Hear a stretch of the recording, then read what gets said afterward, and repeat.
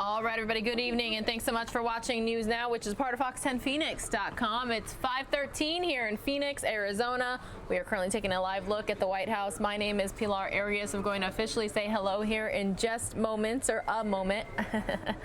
Hello, thank you so much for choosing News Now to watch the Make America Great Again rally tonight at the El Paso County Coliseum in El Paso, Texas. For those of you who don't know, I worked as a news reporter in El Paso, Texas for a year and a half, so feel free to ask me any questions you would like on the YouTube chat about my experiences there, and I will do my best to answer them for you. So again, this rally is kicking off at 9 o'clock Eastern, 7 o'clock El Paso and Arizona time. We are on the same time zone right now, the same time both in El Paso, Texas and Phoenix, Arizona. So that helps us a little bit in terms of planning purposes and what's going to happen in the Make America Great Again rally. We're also going to launch a second stream for the rally that Beto O'Rourke, the former congressman, is going to be speaking at as well. A lot of people wondering, hey, is Beto going to announce a run for president in 2020? Who knows? But it seems like more and more Democrats every day keep throwing their name in the hat for that upcoming election. So again, you chose the right place. Thank you so much. We are happy that you are here.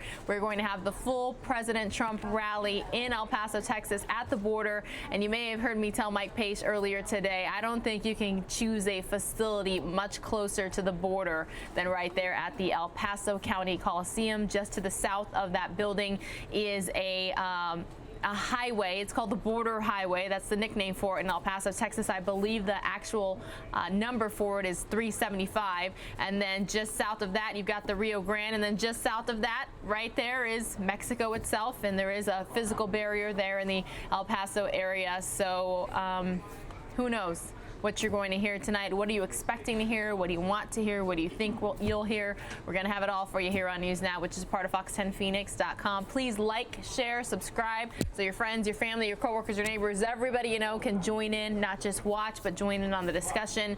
We're a very lively team here, and we like all the dialogue and input that we can get. So again, this is going to be happening at 9 o'clock Eastern time tonight, but President Trump did make some remarks before leaving our nation's capital earlier today. It's about 10 minutes long, so I'm going to play that for you here on News Now, which is part of Fox10Phoenix.com.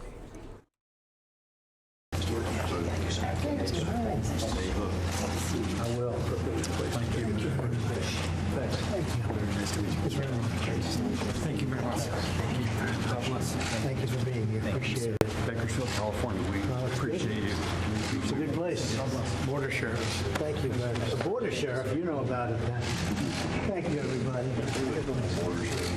Move over just a little bit so we don't lose you. Hello, John. Hi, Steve. So thank you very much. I'm heading out to El Paso, Texas right now.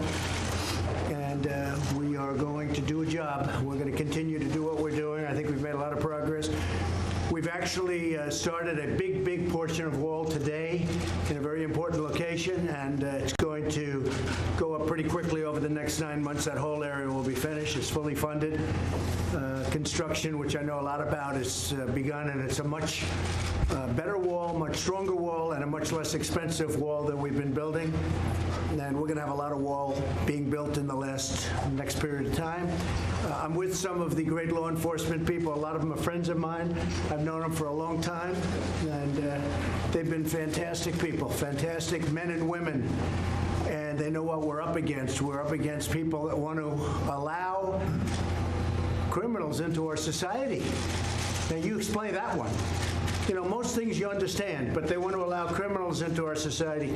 Convicted felons, people of tremendous, big problems. I just got this from Homeland Security.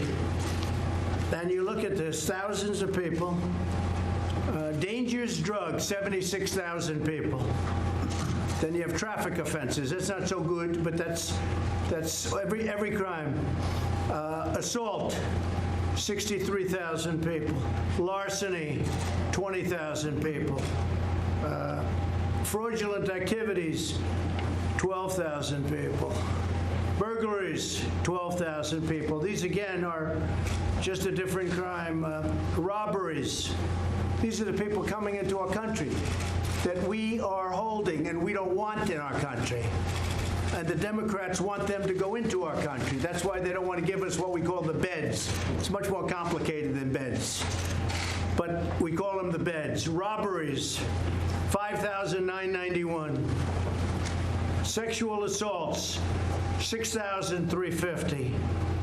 Forgeries, 5,158. Stolen property, 4,462. These are people we're talking about.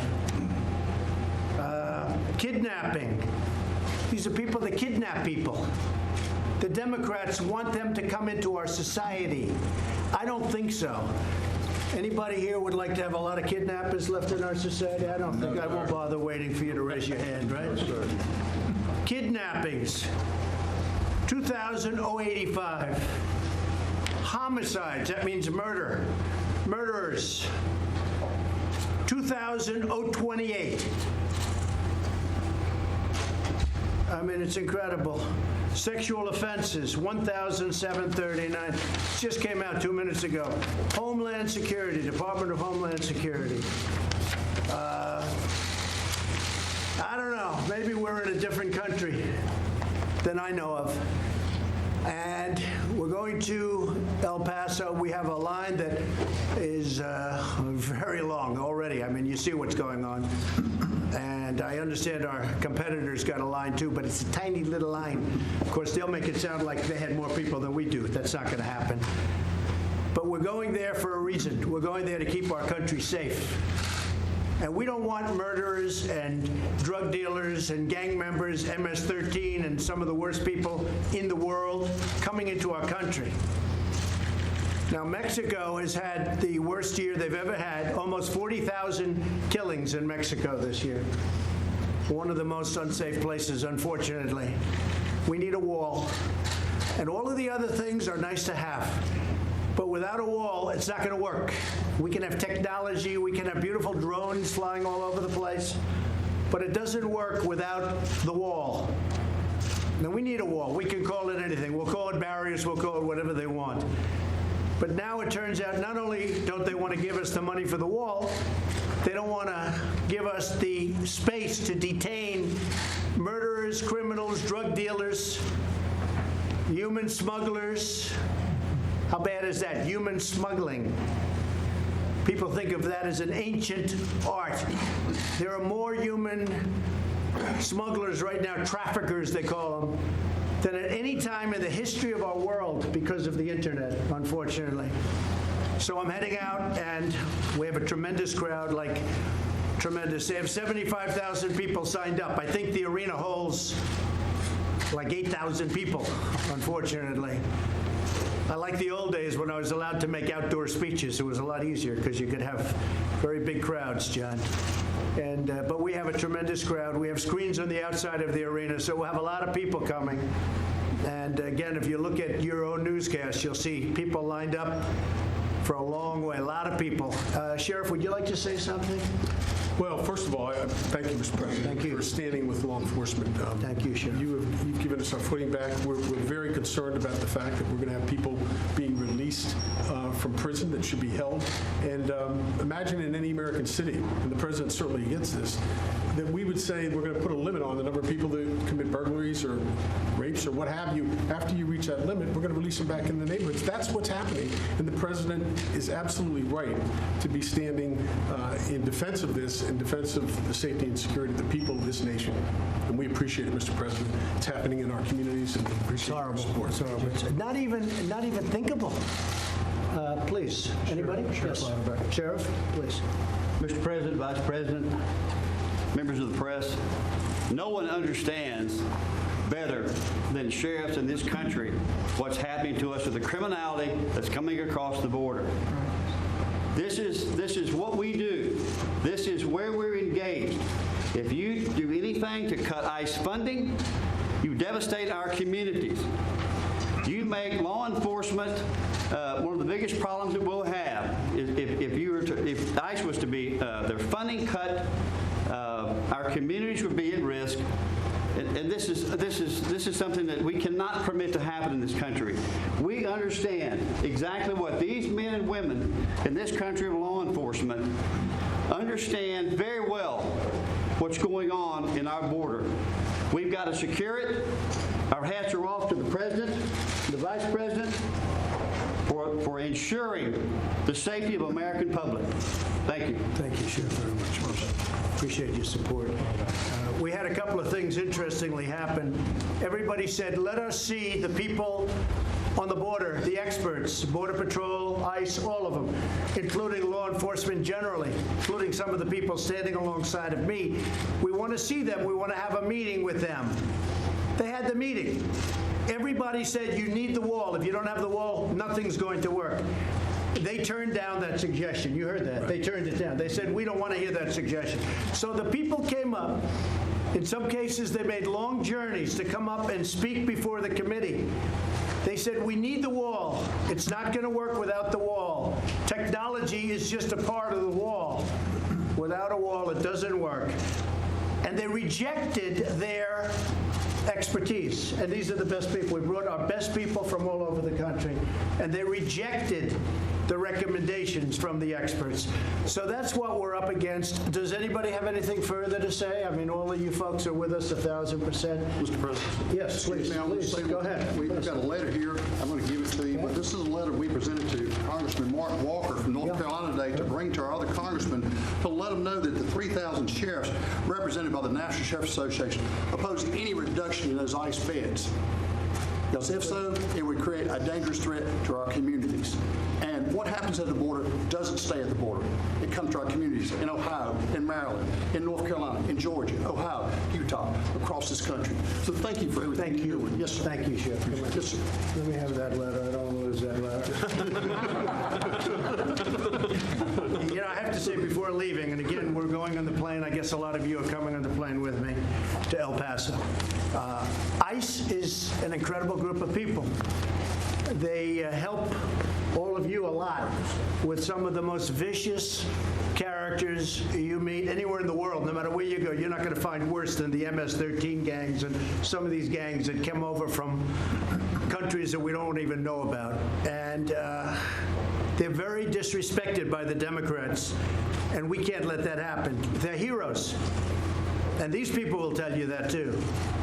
They're heroes. And these people are heroes and heroines. But I just want to say that the people working at ICE are brave, tough, strong people that love our country. And they help the sheriffs, and they help law enforcement, and they've done an incredible job, and I really appreciate your support. And the Democrats want to cut, you think of it, they want to cut ICE. They take out MS-13 and others by the thousands, and they want to cut ICE. So we're not going to let that happen. Thank you all very much. I appreciate it.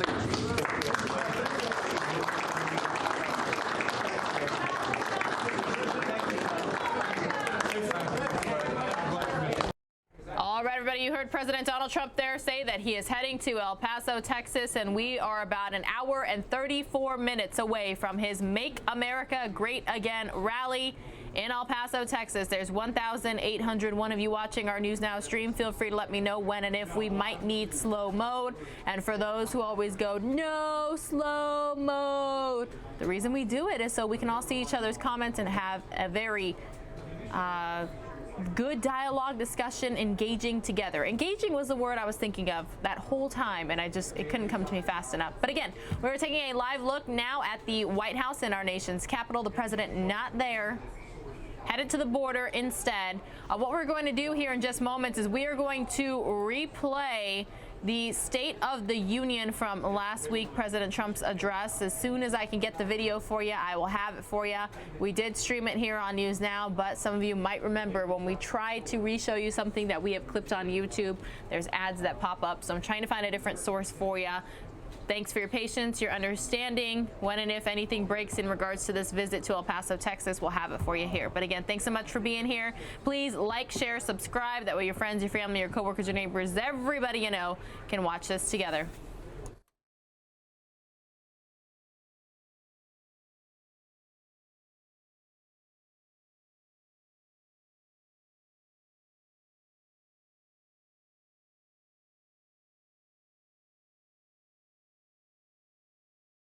Madam Speaker, Mr. Vice President, members of Congress, the First Lady of the United States,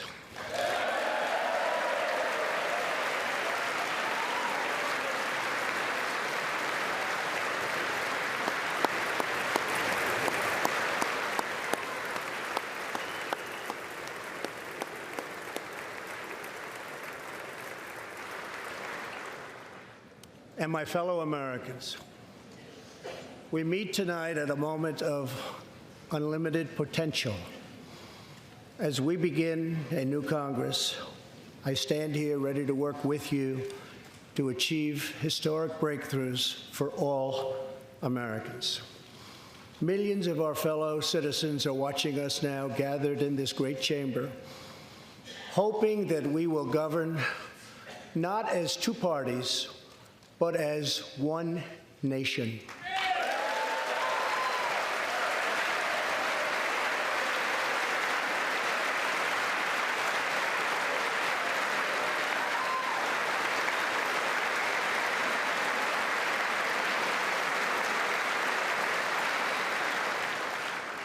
The agenda I will lay out this evening is not a Republican agenda or a Democrat agenda. It's the agenda of the American people. Many of us have campaigned on the same core promises to defend American jobs and demand fair trade for American workers, to rebuild and revitalize our nation's infrastructure, to reduce the price of health care and prescription drugs, to create an immigration system that is safe, lawful, modern, and secure, and to pursue a foreign policy that puts America's interest first. There is a new opportunity in American politics if only we have the courage together to seize it.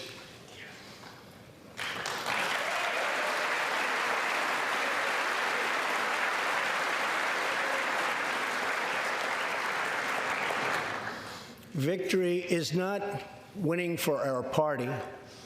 Victory is winning for our country.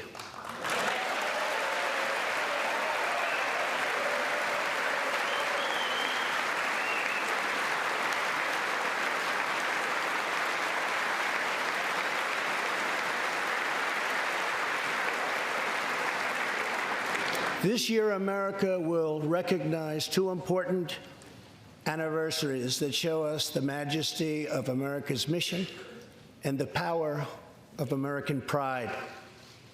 In June, we mark 75 years since the start of what General Dwight D. Eisenhower called the Great Crusade, the Allied liberation of Europe in World War II.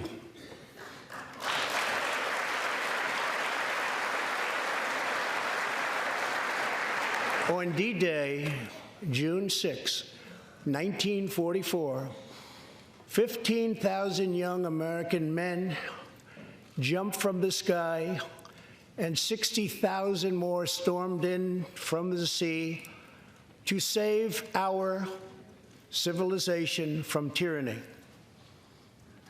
Here with us tonight are three of those incredible heroes. Private First Class Joseph Riley, Staff Sergeant Irving Locker, and Sergeant Herman Zaitchik. Please.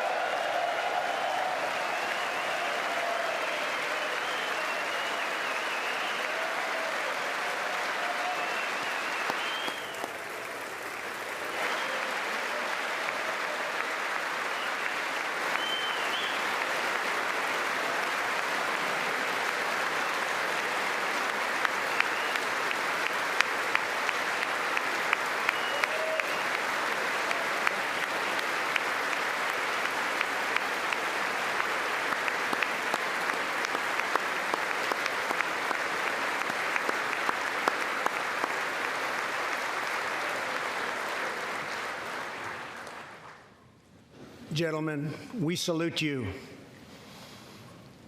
In 2019, we also celebrate 50 years since brave young pilots flew 250,000 miles through space to plant the American flag on the face of the moon. Half a century later, we are joined by one of the Apollo 11 astronauts who planted that flag, Buzz Aldrin.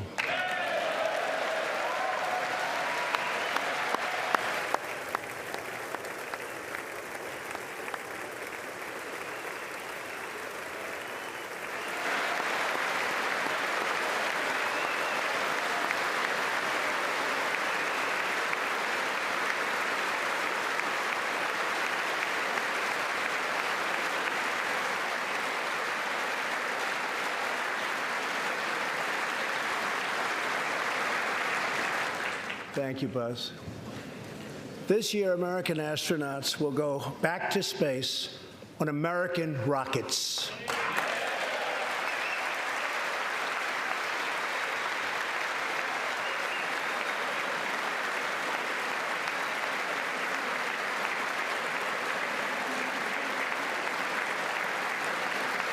In the 20th century, America saved freedom, transformed science, redefined the middle class, and when you get down to it, there's nothing anywhere in the world that can compete with America.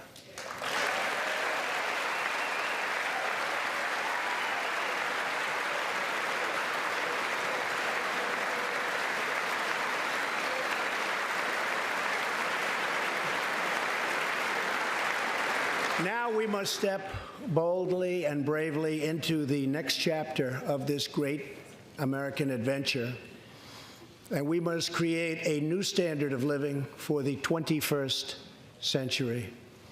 An amazing quality of life for all of our citizens is within reach.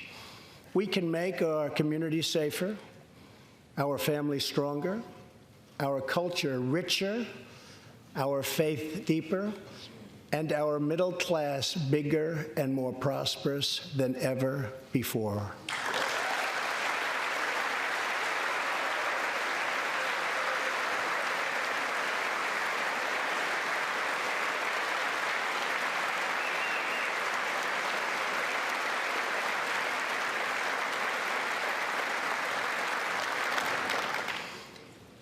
But we must reject the politics of revenge, resistance, and retribution, and embrace the boundless potential of cooperation, compromise, and the common good.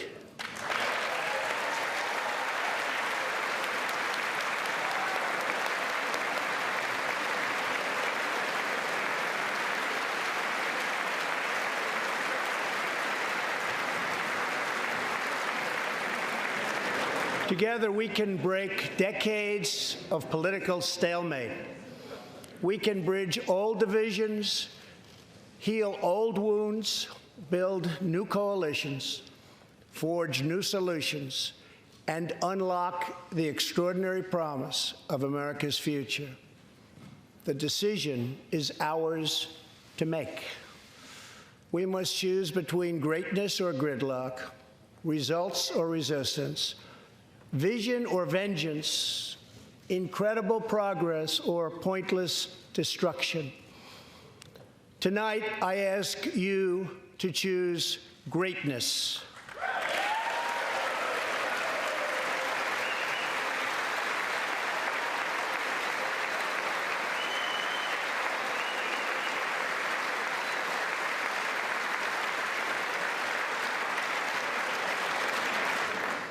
Over the last 2 years, my administration has moved with urgency and historic speed to confront problems neglected by leaders of both parties over many decades. In just over 2 years since the election, we have launched an unprecedented economic boom, a boom that has rarely been seen before. There's been nothing like it.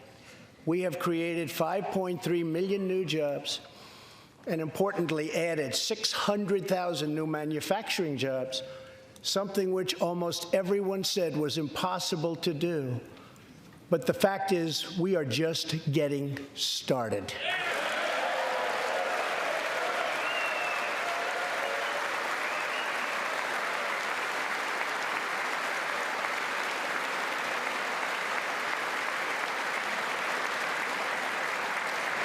Wages are rising at the fastest pace in decades and growing for blue-collar workers who I promised to fight for. They're growing faster than anyone else thought possible. Nearly 5 million Americans have been lifted off food stamps.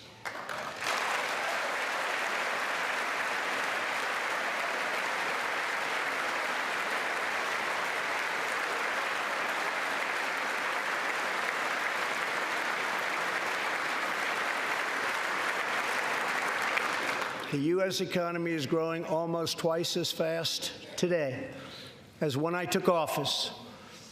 And we are considered far and away the hottest economy anywhere in the world, not even close.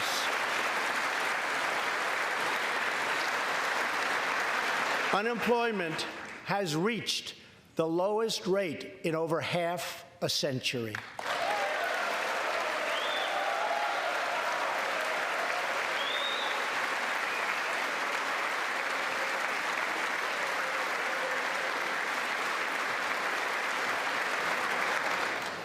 African American, Hispanic American, and Asian American unemployment have all reached their lowest levels ever recorded.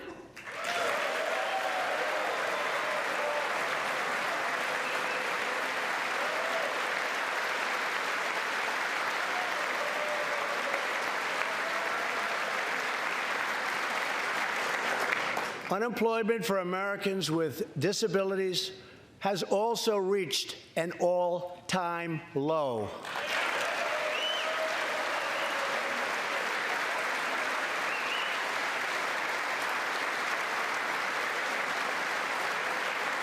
More people are working now than at any time in the history of our country. 157 million people at work.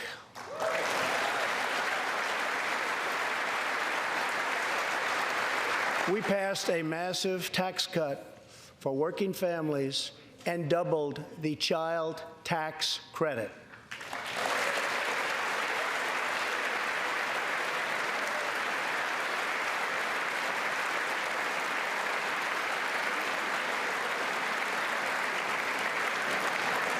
We virtually ended the estate tax, or death tax, as it is often called, on small businesses, for ranches, and also for family farms.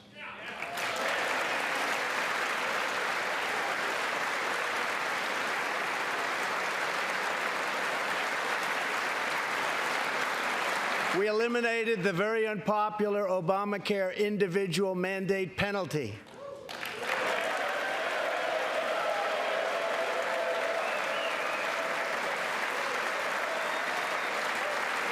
And to give critically ill patients access to life-saving cures, we passed, very importantly, right to try.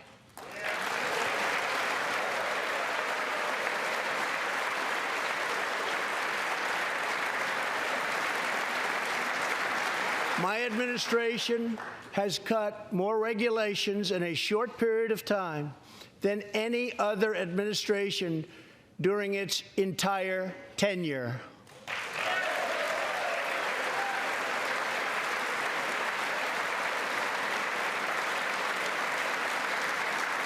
Companies are coming back to our country in large numbers, thanks to our historic reductions in taxes and regulations.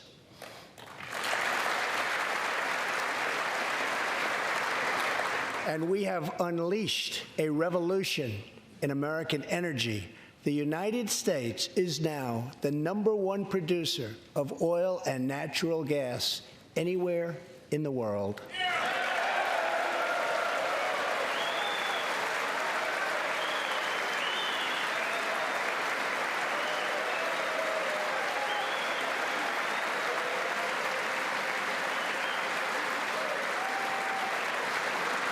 And now, for the first time in 65 years, we are a net exporter of energy.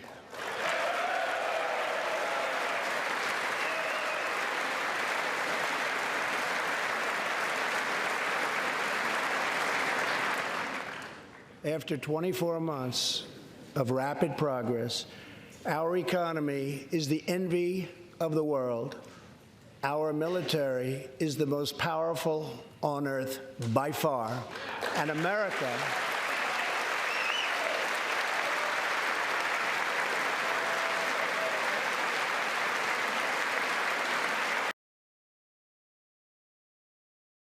All right, everybody, thanks so much for watching News Now, which is part of fox10phoenix.com. My name is Pilar Arias. When we get live breaking news coverage, we bring it to you, especially when it's about the president's visit in El Paso, Texas tonight. I just got word that we have a live picture at what's being called the March for Truth rally in El Paso, Texas, and we're going to take you there live now.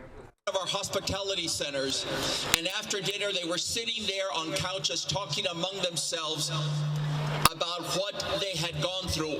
There were 6 parents, all of them separated for months. Their children had been taken away. And as they talked about the experience, they eventually got to the moment when they were being detained, and that moment when their children were taken away from them. And one of the dads said that when his son of 14 years was taken away, they were in a big room, and they took his son and they said to his son, go to that other room, and they told the dad, go stand against the wall. And he said, as I was standing against the wall, I was watching as other children were taken away, and some of them, 5, 6, 7 years old, would grab the legs of their mom or their dad and scream, don't let them take me away. And officers would come and get them from the back of their clothing and yank them away and slide them across the floor.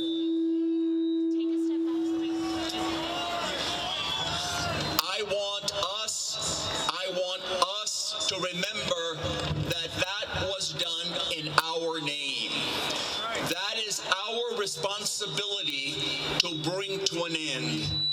The reason we are here today, we are here so that as one voice, we can say, words matter. Words matter. That when we read that it says that all people were created equal, it means all of us, the refugees, the immigrants, los Latinos, all of us were created equal, and words matter. When we look at what the Statue of Liberty says, and it speaks about welcoming the hordes who seek to breathe free, who seek to find freedom, to seek to find protection of human rights, that's for all of us.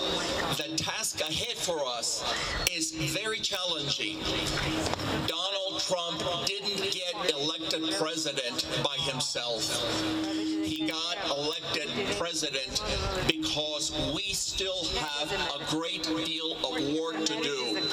But you know what? You know what? We're going to do that work. We're going to do that work, and we're going to change that. We're going to change that. And I promise you that in 2020, when we gather here again, we're going to be celebrating a new presidency.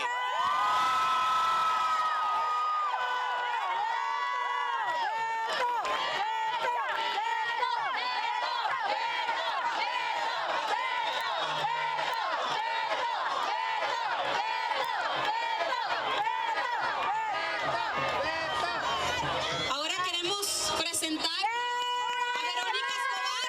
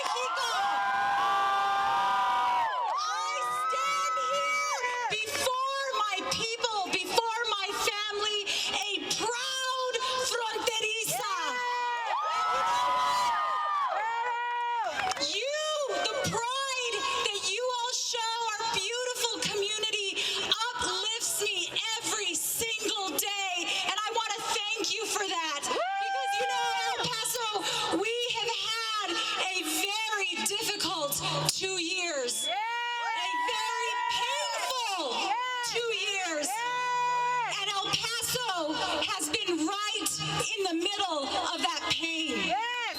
We have been the site of the politics of cruelty. Politics that have ripped children from the arms of their mothers. Politics that have prevented legal asylum seekers from seeking refuge on this very soil. Politics of cruelty that have imprisoned children in tents in Tornillo. You know, Ruben mentioned the Statue of Liberty. And when we were kids and we opened up our school books and we saw the Statue of Liberty, she was iconically American. You know what else is iconically American? The border is iconically American. The border is iconically American. And you know what? Are we angry? You're damn right we're angry. Damn right we're angry. And if we were not angry, what would that say about us? But what do we do with that energy? And it is what we do with it that makes us different. It is what we do with it that gives us our pride. Here in El Paso, we turn that pain and that anger into action. We turn that pain and that anger into feeding asylum seekers. Many of you here have opened up your wallets and your hearts and your kitchens, and you have fed the most vulnerable among us. Many of you have gathered clothes and diapers and water in order to help Reuben in his mission and the most vulnerable among us. That is what makes the border special. That is what makes the border great and unique and beautiful and magical. And I'm looking right at it right now.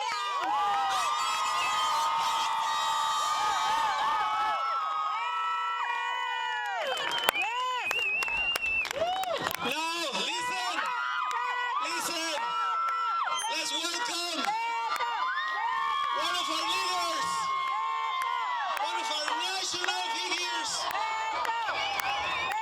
el compañero Beto O'Rourke.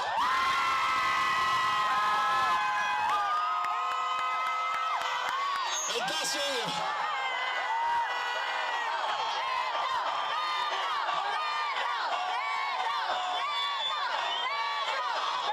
I am so proud of this community at this defining moment of truth.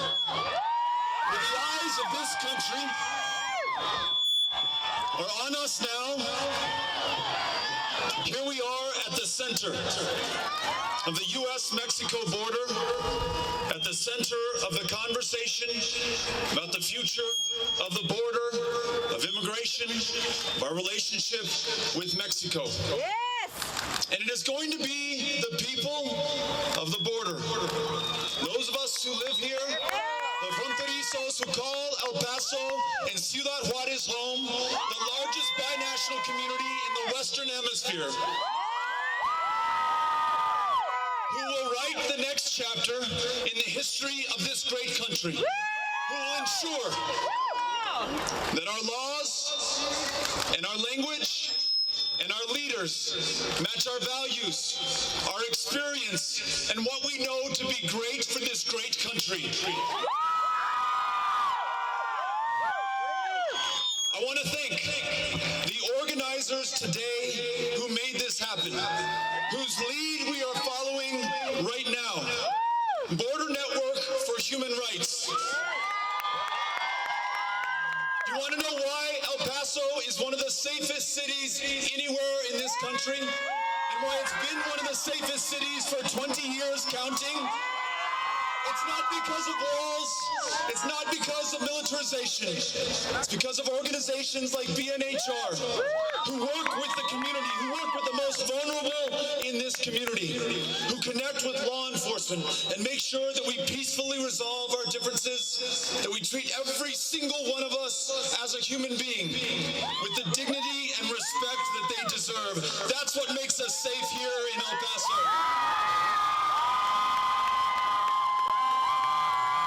I want to thank Annunciation House.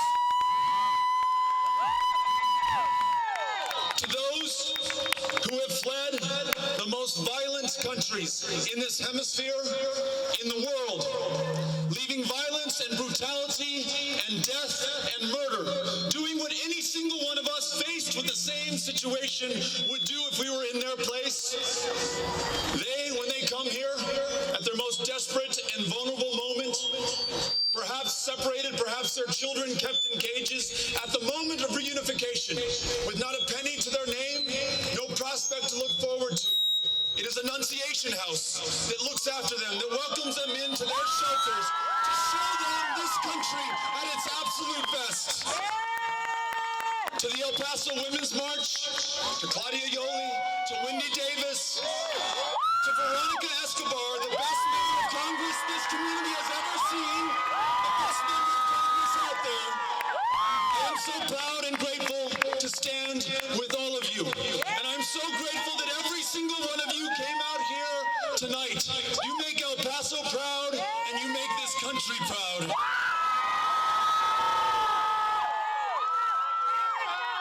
And as we march with Fernando and Ruben and Veronica and Linda and everybody here to Jaleo Acosta Park, I want to make sure that we march in the most positive, the most powerful, and the most peaceful way possible.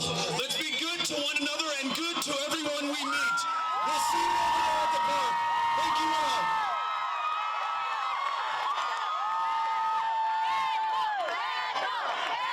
It's time to march, El Paso!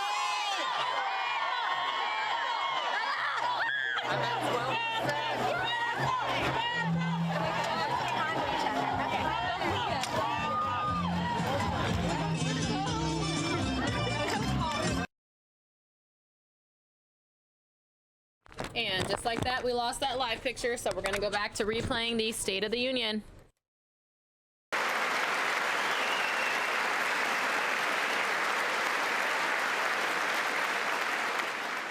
America is again winning each and every day.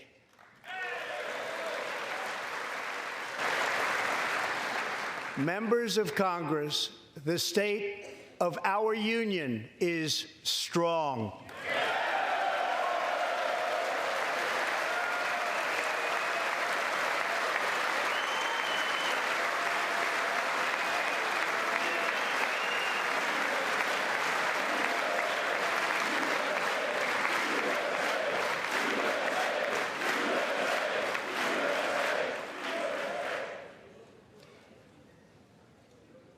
That sounds so good.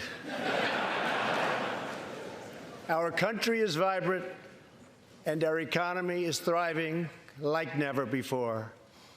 On Friday, it was announced that we added another 304,000 jobs last month alone, almost double the number expected.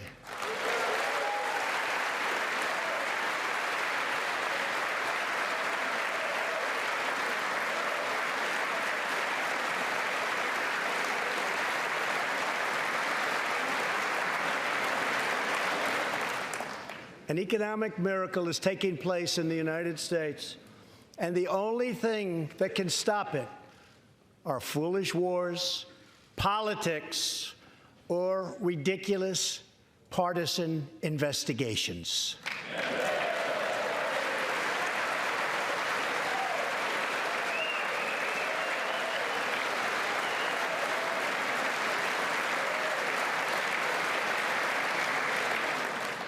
If there is going to be peace and legislation, there cannot be war and investigation. It just doesn't work that way. We must be united at home to defeat our adversaries abroad. This new era of cooperation can start with finally confirming the more than 300 highly qualified nominees who are still stuck in the Senate, in some cases years and years waiting. Not right.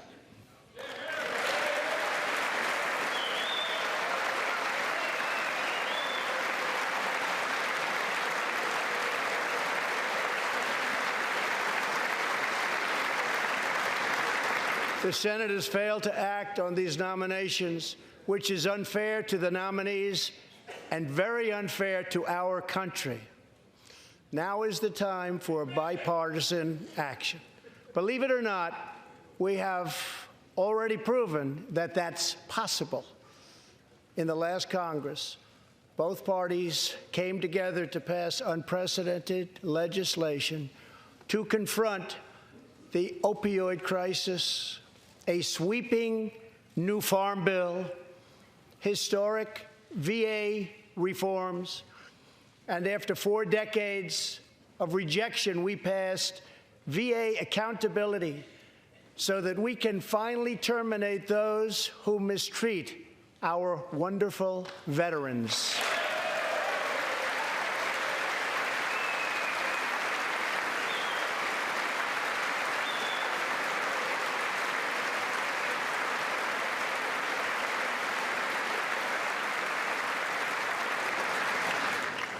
And just weeks ago, both parties united for groundbreaking criminal justice reform. They said it couldn't be done.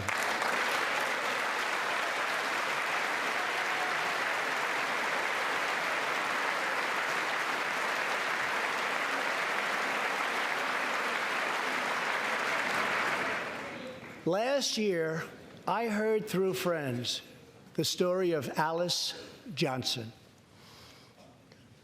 I was deeply moved.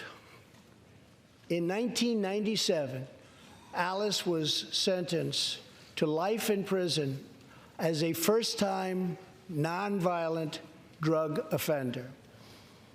Over the next 22 years, she became a prison minister, inspiring others to choose a better path.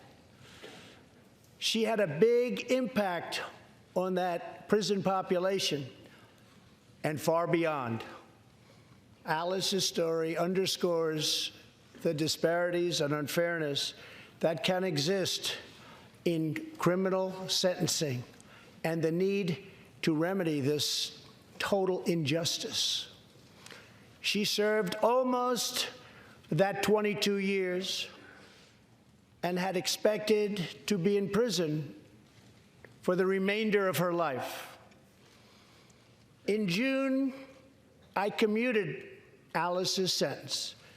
When I saw Alice's beautiful family greet her at the prison gates, hugging and kissing and crying and laughing, I knew I did something right.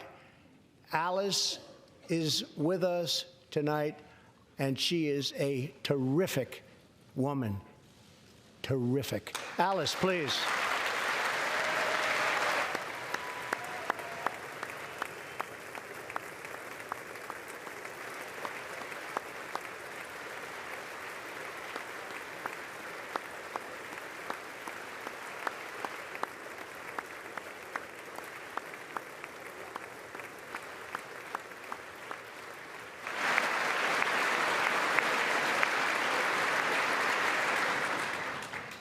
Alice, thank you for reminding us that we always have the power to shape our own destiny. Thank you very much, Alice. Thank you very much.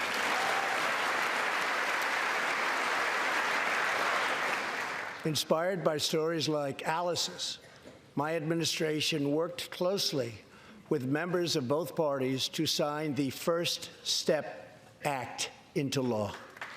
Big deal. It's a big deal.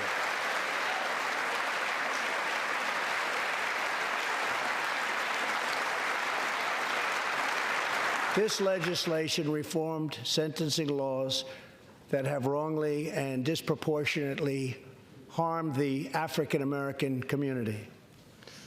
The First Step Act gives nonviolent offenders the chance to re-enter society as productive, law-abiding citizens. Now, states across the country are following our lead. America is a nation that believes in redemption. We are also joined tonight by Matthew Charles from Tennessee. In 1996, at the age of 30, Matthew was sentenced to 35 years for selling drugs and related offenses. Over the next 2 decades, he completed more than 30 Bible studies, became a law clerk, and mentored many of his fellow inmates. Now Matthew is the very first person to be released from prison under the First Step Act.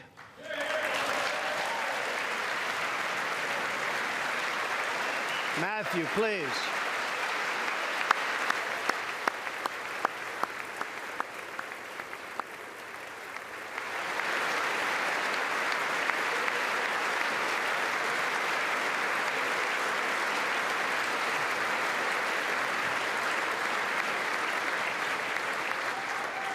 Thank you, Matthew. Welcome home.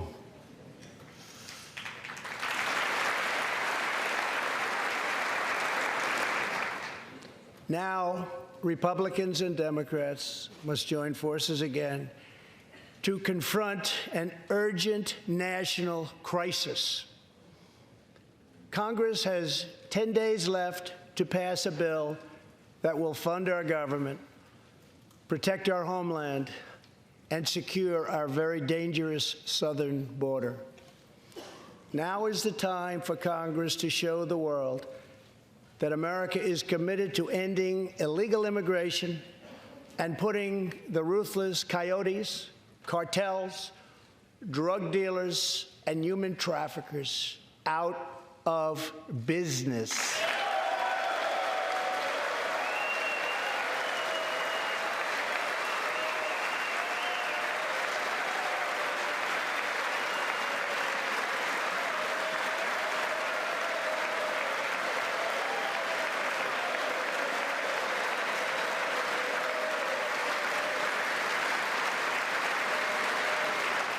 As we speak, large, organized caravans are on the march to the United States. We have just heard that Mexican cities, in order to remove the illegal immigrants from their communities, are getting trucks and buses to bring them up to our country in areas where there is little border protection. I have ordered another 3,750 troops to our southern border to prepare for this tremendous onslaught. This is a moral issue. The lawless state of our southern border is a threat to the safety, security, and financial well-being of all America. We have a moral duty to create an immigration system that protects the lives and jobs of our citizens. This includes our obligation to the millions of immigrants living here today who followed the rules and respected our laws. Legal immigrants enrich our nation and strengthen our society in countless ways.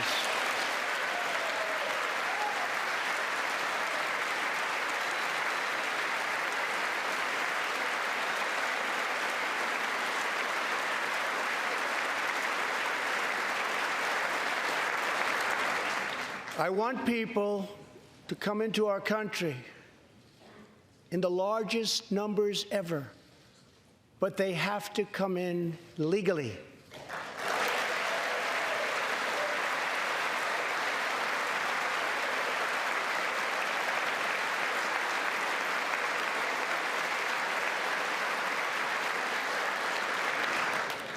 Tonight, I am asking you to defend our very dangerous southern border out of love and devotion to our fellow citizens and to our country.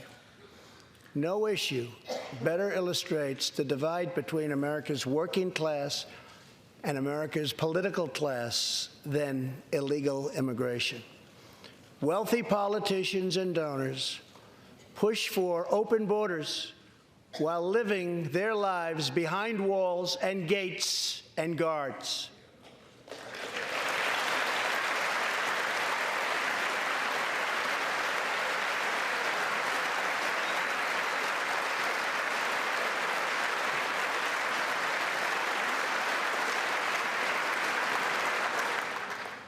Meanwhile, working-class Americans are left to pay the price for mass illegal immigration.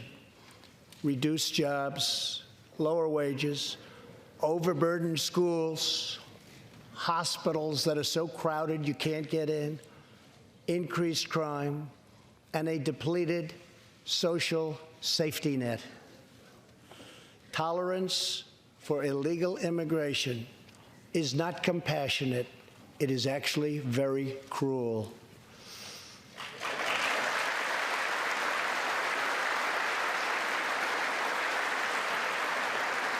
One in 3 women is sexually assaulted on the long journey north. Smugglers use migrant children as human pawns to exploit our laws and gain access to our country. Human traffickers and sex traffickers take advantage of the wide open areas between our ports of entry to smuggle thousands of young girls and women into the United States and to sell them into prostitution and modern-day slavery. Tens of thousands of innocent Americans are killed by lethal drugs that cross our border and flood into our cities, including meth, heroin, cocaine, and fentanyl. The savage gang, MS-13, now operates in at least 20 different American states, and they almost all come through our southern border.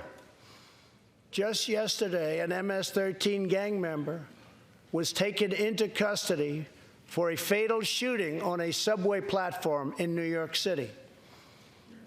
We are removing these gang members by the thousands, but until we secure our border, they're going to keep streaming right back in. Year after year, countless Americans are murdered by criminal, illegal aliens. I've gotten to know many wonderful angel moms and dads and families. No one should ever have to suffer the horrible heartache that they have had to endure. Here tonight is Deborah Bissell. Just 3 weeks ago, Deborah's parents, Gerald and Sharon, were burglarized and shot to death in their Reno, Nevada home by an illegal alien. They were in their 80s and are survived by 4 children, 11 grandchildren, and 20 great-grandchildren. Also here tonight are Gerald and Sharon's granddaughter, Heather, and great-granddaughter, Madison. To Deborah, Heather, Madison, please stand. Few can understand your pain. Thank you, and thank you for being here. Thank you very much.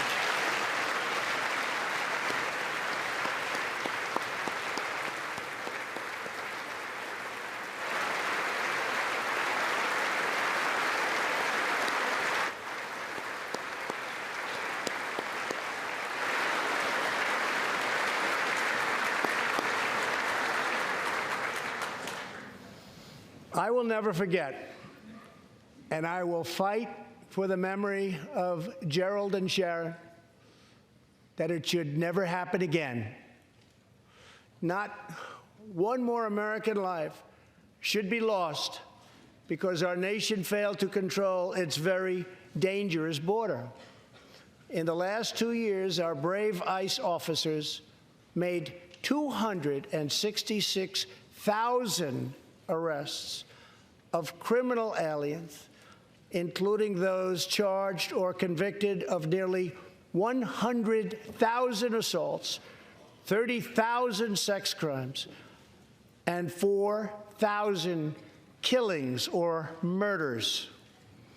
We are joined tonight by one of those law enforcement heroes, ICE Special Agent Elvin Hernandez. When Elvin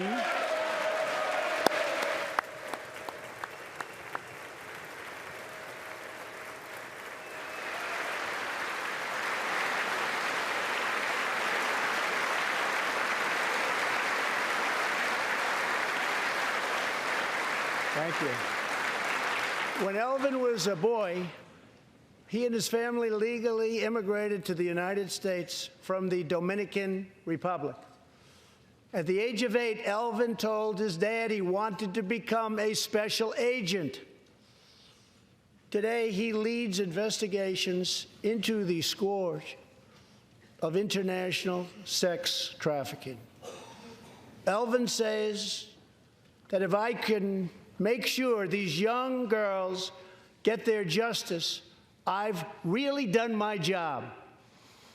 Thanks to his work and that of his incredible colleagues, more than 300 women and girls have been rescued from the horror of this terrible situation.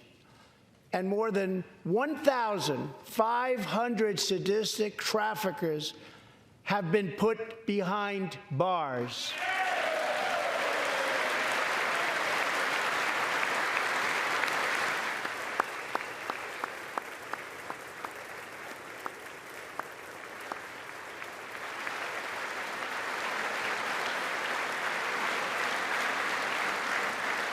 Thank you, Elvin.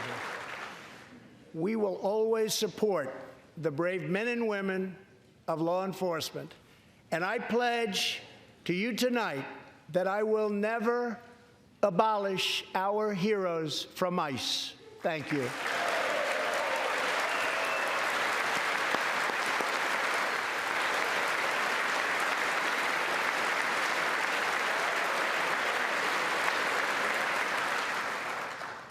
My administration has sent to Congress a common-sense proposal to end the crisis on the southern border. It includes humanitarian assistance, more law enforcement, drug detection at our ports, closing loopholes that enable child smuggling, and plans for a new physical barrier or wall to secure the vast areas between our ports of entry. In the past, most of the people in this room voted for a wall, but the proper wall never got built. I will get it built.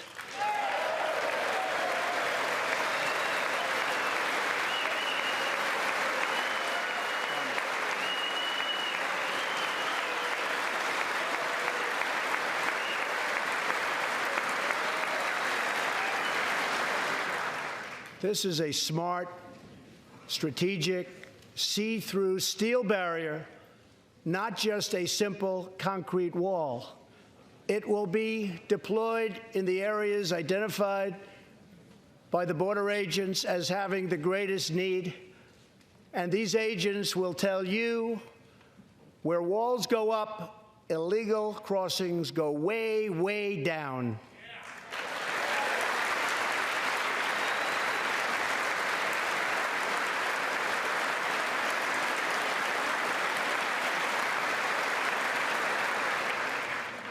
San Diego used to have the most illegal border crossings in our country. In response, a strong security wall was put in place. This powerful barrier almost completely ended illegal crossings. The border city of El Paso, Texas, used to have extremely high rates of violent crime, one of the highest in the entire country, and considered one of our nation's most dangerous cities. Now, immediately upon its building, with a powerful barrier in place, El Paso is one of the safest cities in our country. Simply put, walls work and walls save lives.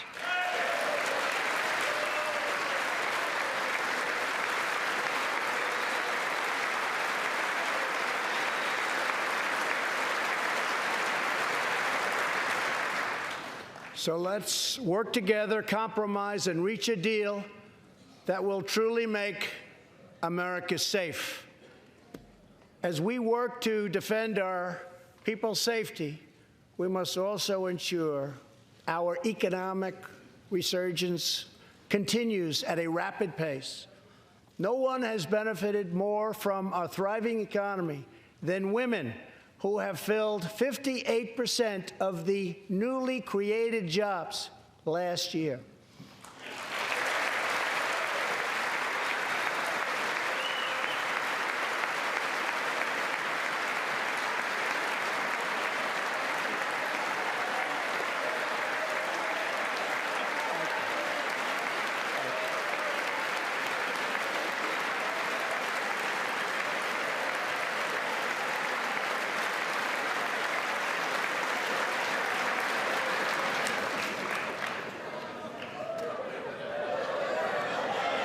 You weren't supposed to do that.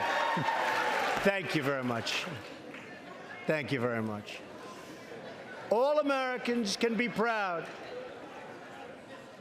that we have more women in the workforce than ever before.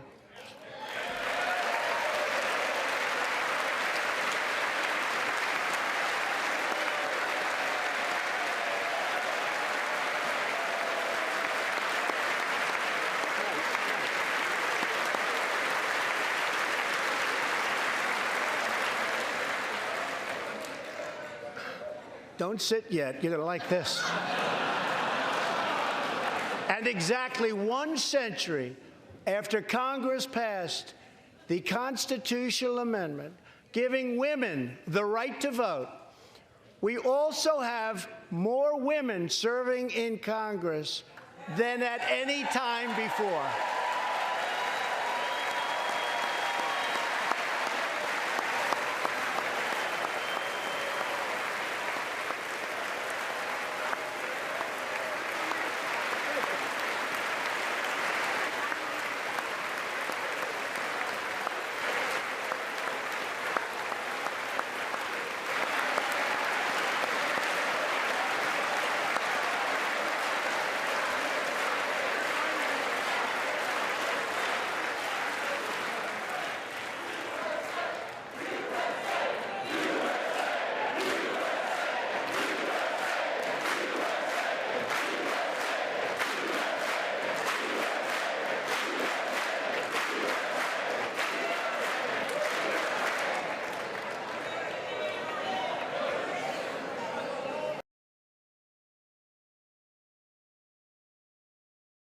All right, everybody, Air Force One is in El Paso, Texas. I'm going to take you there live now. We should be seeing the president here any moment. Again, Air Force One has landed in El Paso, Texas. You can see the mountains there off in the distance.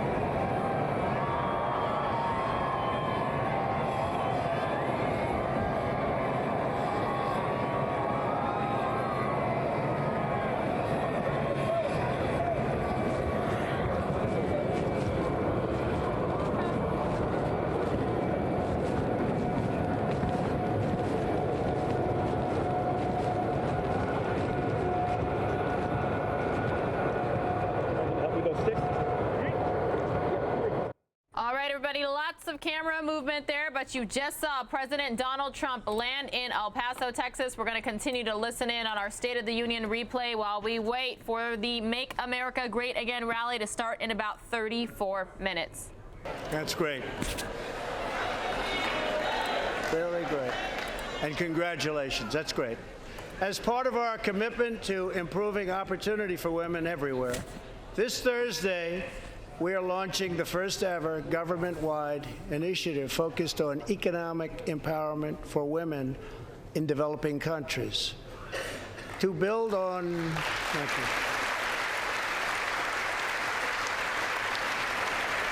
our incredible economic success, one priority is paramount: reversing decades of calamitous trade policies. So bad.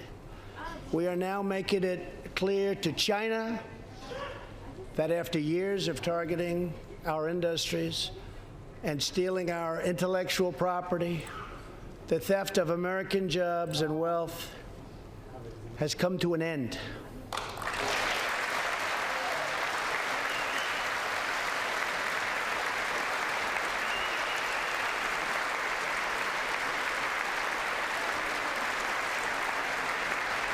Therefore, we recently imposed tariffs on $250 billion of Chinese goods, and now our Treasury is receiving billions and billions of dollars.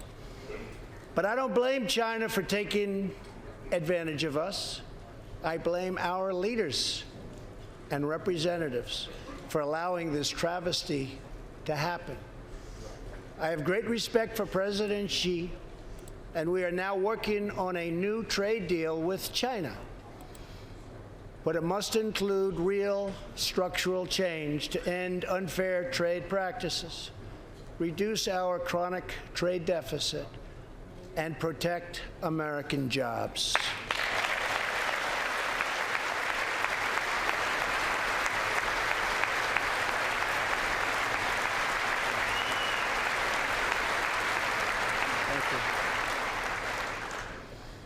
Another historic trade blunder was the catastrophe known as Nafta. I have met the men and women of Michigan, Ohio, Pennsylvania, Indiana, New Hampshire, and many other states whose dreams were shattered by the signing of Nafta. For years, politicians promised them they would renegotiate for a better deal. But no one ever tried until now. Our new U.S. Mexico-Canada agreement, the USMCA, will replace Nafta and deliver for American workers like they haven't had delivered to for a long time. I hope you can pass the USMCA into law so that we can bring back our manufacturing jobs in even greater numbers, expand American agriculture, protect intellectual property, and ensure that more cars are proudly stamped with our 4 beautiful words: Made in the USA.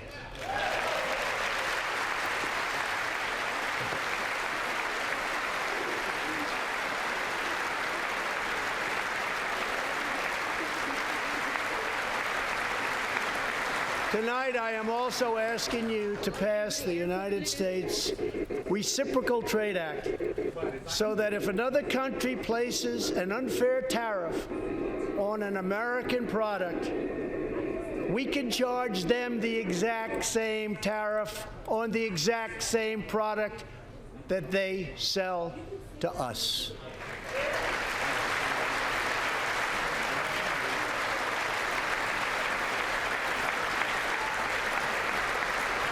Both parties should be able to unite for a great rebuilding of America's crumbling infrastructure.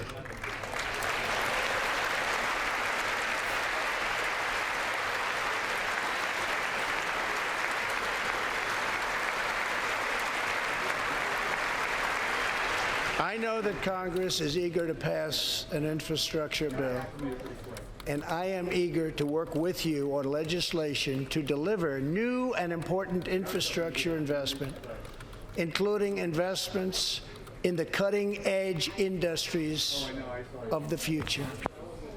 This is not an option. We understand that low taxes and low regulations produce lots and lots of jobs. We understand that 1,000 people a day are coming to the state of Texas because Texas is where the jobs are. We look back over the last 2 years of an historic tax cut, of cutting job-killing regulations, and we have the lowest unemployment in 50 years.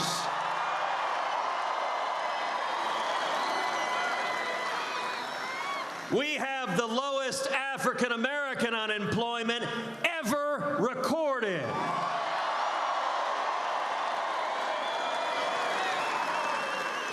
We have the lowest Hispanic unemployment ever recorded.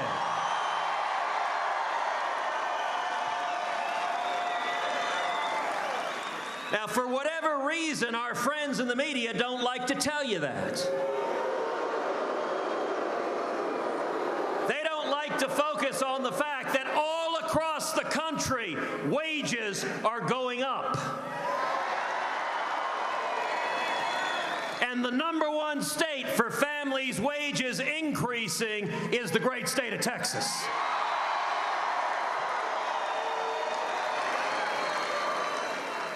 You know, the media doesn't like to tell you that in the last 2 years, over 4 million people have come off of food stamps.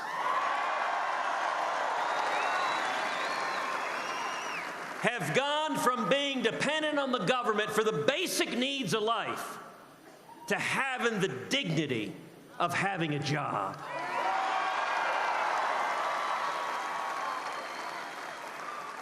And you know what Texans understand? That's not an abstract figure. That's not just on a pie chart. Those are 4 million men and women that come home each night, look their kids in the eye, put food on the table, not food that was given to them, but food that they worked for, and they have the self-respect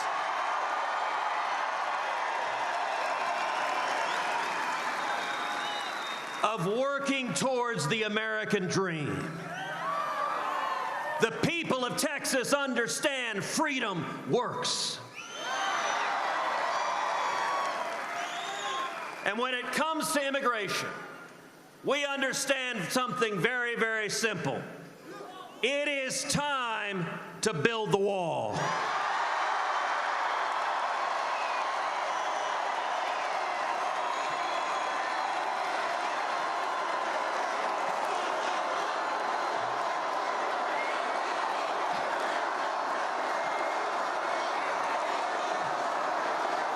Now in Washington, Democrats have suddenly discovered walls are terrible things. By the way, the last I checked, every one of those Democratic politicians has a lock on their front door. And we've seen all across the country, we saw in San Diego, where some of the highest illegal crossings in the country were happening, and then they built a wall and the crossings plummeted. We saw in El Paso, where there was high traffic of illegal crossings, we built a wall and the crossings plummeted.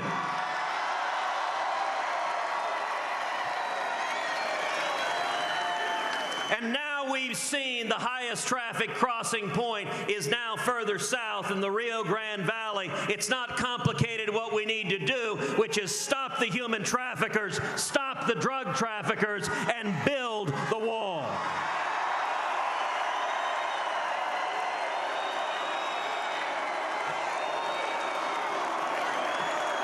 And let me say something that our friends in the media never seem to want to convey. In Texas, we welcome legal immigrants.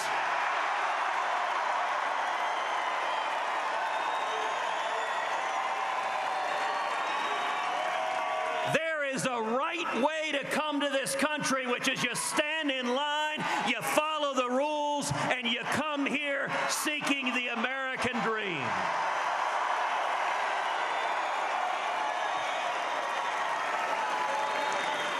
In 1957, that's how my dad came to Texas. At age 18, with nothing, with $100 in his underwear. He couldn't speak English, but he came here as a legal immigrant, coming to Texas and seeking freedom.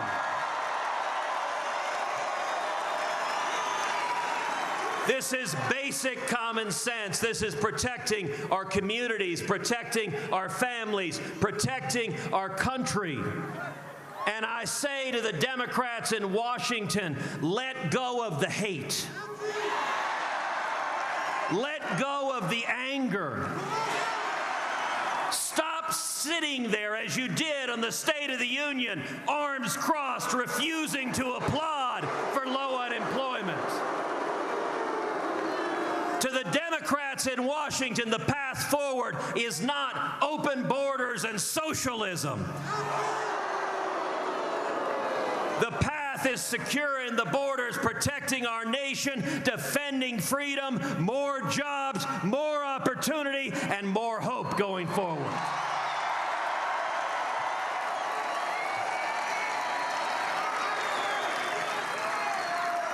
So let me say, I love you, El Paso.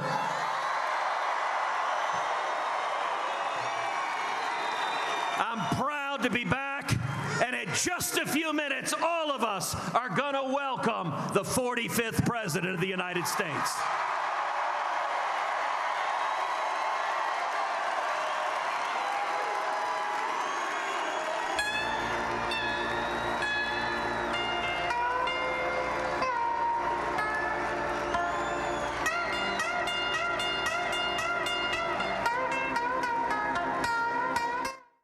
All right, everybody, just like every Make America Great Again rally, they are playing music there at the event live at El Paso, Texas, and due to copyright laws, we cannot have that audio up. So I will continue to show you this live picture while we replay the State of the Union. The presidential seal not yet on the podium. So again, as soon as things get ready to get underway, we will pull up the audio there at the El Paso County Coliseum. Just feet, yards, you know, very close to the border with Mexico. I was telling Mike Page earlier today, I don't think you can find a closer venue to the border than the El Paso County Coliseum. So we will pull up the audio when things start getting underway. Meanwhile, we're going to continue to listen in on the State of the Union replay. Thanks so much for watching News Now, which is a part of fox10phoenix.com. We've got about 20 minutes until the president is expected to come out. So what I'm going to do is I'm going to replay for you the last 20 minutes of the State of the Union. Again, you are watching News Now, which is a part of fox10phoenix.com. Please like, share, subscribe. There's currently 7,465 of you watching.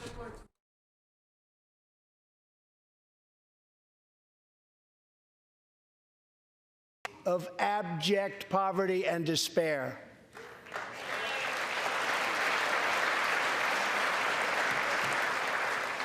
Here in the United States, we are alarmed by the new calls to adopt socialism in our country. America was founded on liberty and independence, and not government coercion, domination, and control. We are born free, and we will stay free.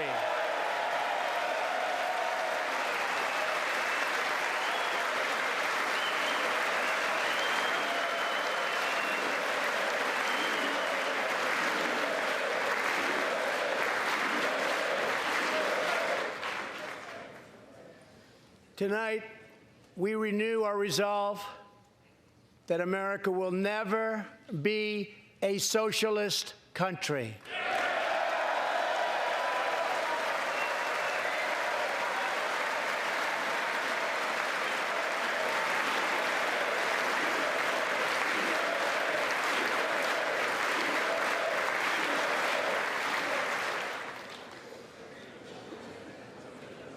One of the most complex set of challenges we face and have for many years is in the Middle East. Our approach is based on principled realism, not discredited theories that have failed for decades to yield progress. For this reason, my administration recognized the true capital of Israel and proudly opened the American embassy in Jerusalem.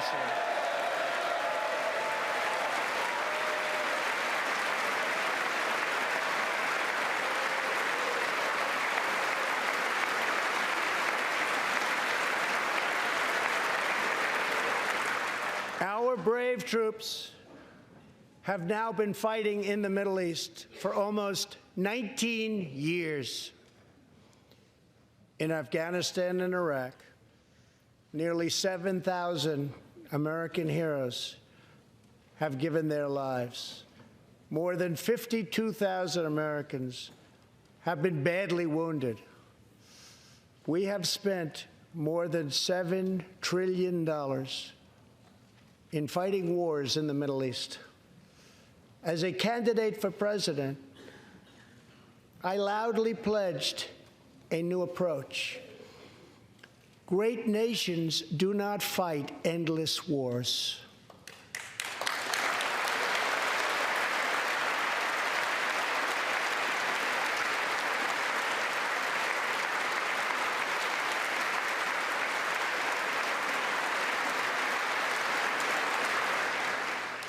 When I took office, ISIS controlled more than 20,000 square miles in Iraq and Syria just 2 years ago.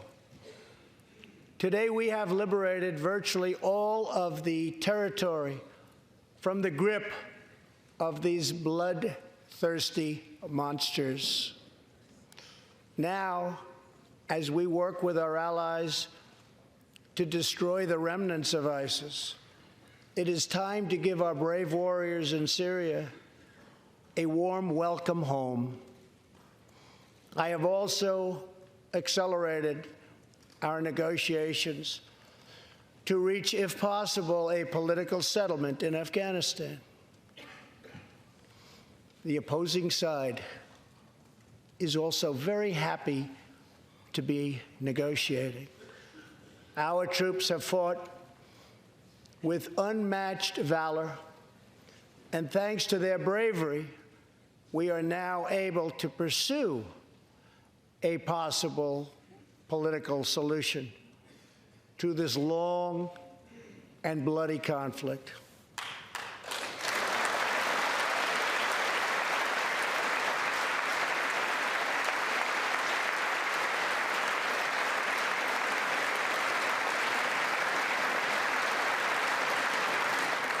In Afghanistan, my administration is holding constructive talks with a number of Afghan groups, including the Taliban.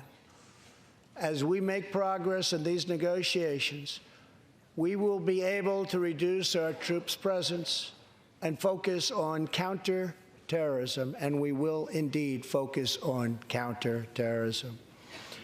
We do not know whether we'll achieve an agreement, but we do know that after 2 decades of war, the hour has come to at least try for peace, and the other side would like to do the same thing. It's time.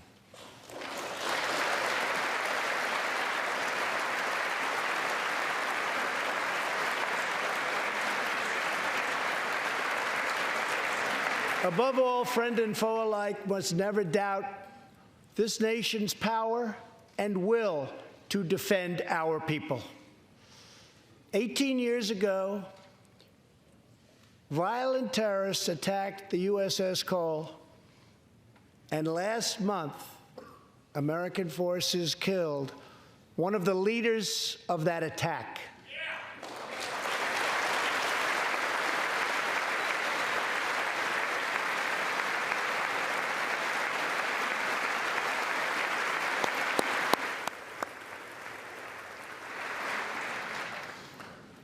We are honored to be joined tonight by Tom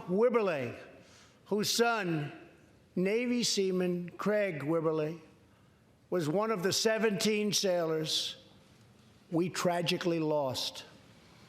Tom, we vow to always remember the heroes of the USS Cole. Thank you, Tom.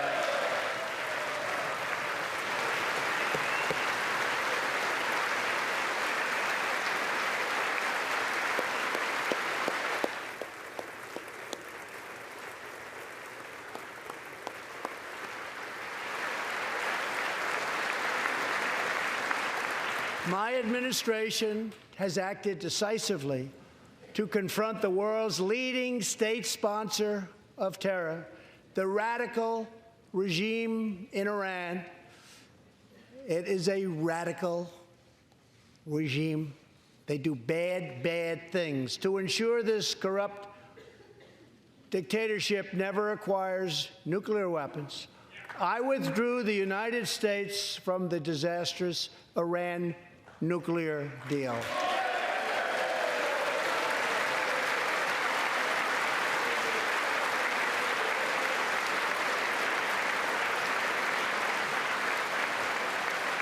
And last fall, we put in place the toughest sanctions ever imposed by us on a country. We will not avert our eyes from a regime that chants death to America and threatens genocide against the Jewish people. America will never be a socialist country.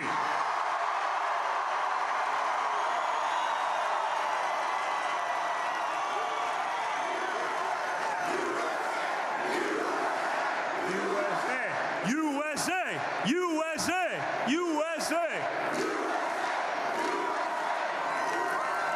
You know, if you were at the 50-person Beto rally down the road and you chanted that, I'm just kidding. The media's going to say I grossly exaggerated down. It was about 200 people, right? If you chanted USA at that rally, man, I don't know what would happen to you, but it wouldn't be good.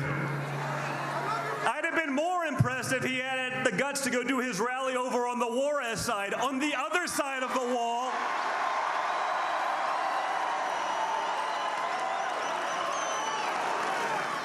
But he didn't, of course, because we all know that walls work, guys.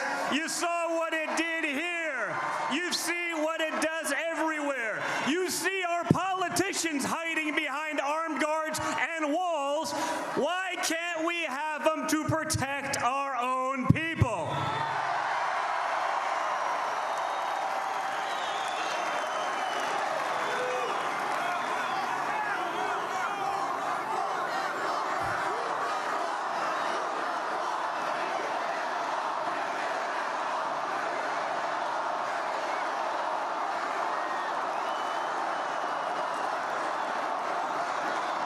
Honestly, as an American, it makes me so proud to be here. To hear real patriots. None of this nonsense we see from the left. Because, you know, in reality, they hate Trump much more than they like America. The left would rather see America fail than to succeed with Trump at the helm. But I got news for them. Despite all their nonsense, there's a better word for it, but I'll get hell for it. Hey, I didn't say it, but I'm not going to argue with you. For 2 years, they've been pursuing their witch hunt. But they got to keep the narrative alive. You know why? They need it to be true. So desperately, they need it to be true.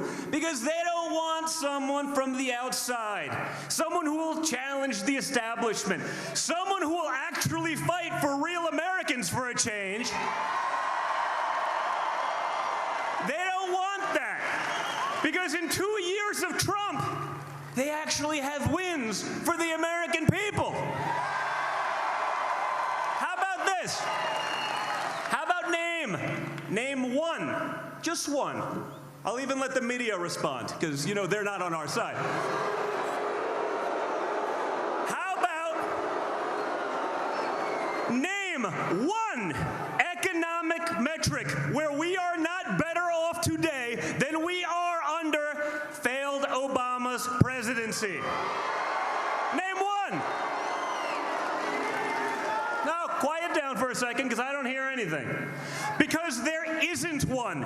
There is not one metric where we are not better off today because of Donald Trump's policies. Okay? It was funny, when we were doing some campaigning around the midterms, I went around and I heard Obama get on TV and he tried to take credit for the economy. He'd say, well, remember where that started. I was on an interview, I think that night or so, and I said, Obama claiming the economy was the stupidest statement in the history of both politics and economics. And that's a bold statement. Okay? A lot of people have said a lot of stupid things, but everyone knows that the failed policies of over-regulation, hyper-taxation, a general sentiment of you didn't build that hatred towards business and entrepreneurship and the American spirit that we witnessed for 8 years, they hate that that's gone. And that's why even today, you have the highest consumer confidence recorded in recent and frankly, long-term history. Because we are winning, folks.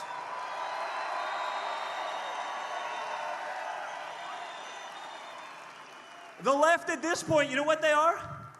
They're like a caricature of themselves. I see the Green New Deal. Yeah, we're gonna ban airline travel. We're gonna ban the internal combustion engine. We're gonna let people who just don't wanna work, we're gonna take care of them anyway. And it's all gonna pay for themselves. What planet are they on? What planet are they on? Because it ain't Earth. But what's even better is all of the Democratic frontrunners, they're jumping on it. Oh, I need to be a part of this. They're all adapting it. So they're taking the platform, which has now been ridiculed mercilessly by everyone. They're taking the platform of a freshman congressman who 2 weeks ago did not know the 3 branches of government. I don't know about you folks. I don't know about you. But I don't want to stake my children or their children after them's future on that kind of lunacy. It doesn't work. It's why Texas is doing so well, because you still believe in and still have some common sense.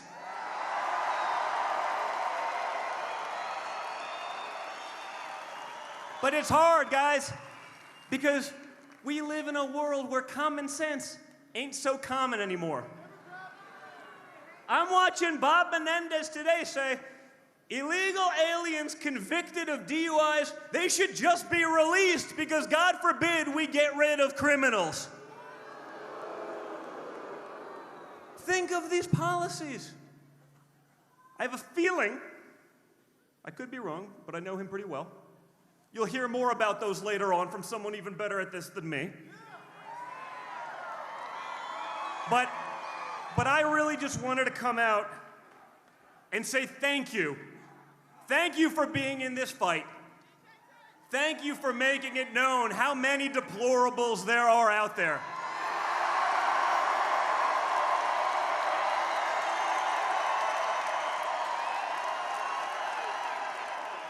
Because I love that fight in the Texans that I know. It's why most of my friends are from here and not from where I live in New York City. But you know what? You guys espouse what Donald Trump believes, and frankly, what Donald Trump has shown conservatives. Guys, you don't just have to take the L. You don't have to take the loss when the other side doesn't like your policy. When the other side doesn't want you to win, when the other side and their media lackeys just say whatever it is that they want, you don't have to do that. When you see a governor, a Democratic governor of a state, talking about not even late-term abortion at this point, but post-term abortion,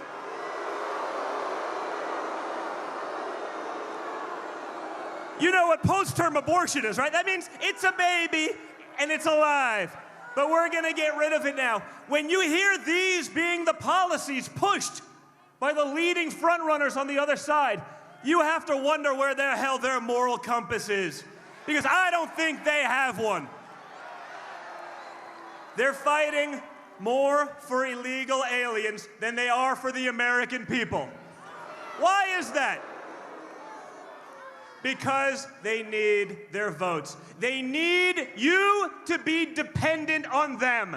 Their policies are not of freedom, of choice, or anything. Their policies are of dependence. They need you to need them. They need you to come back to the trough. It's why they do anything to damage the institutions of liberty, of conservatism, of freedom, of entrepreneurship that have made this country the greatest nation in the world.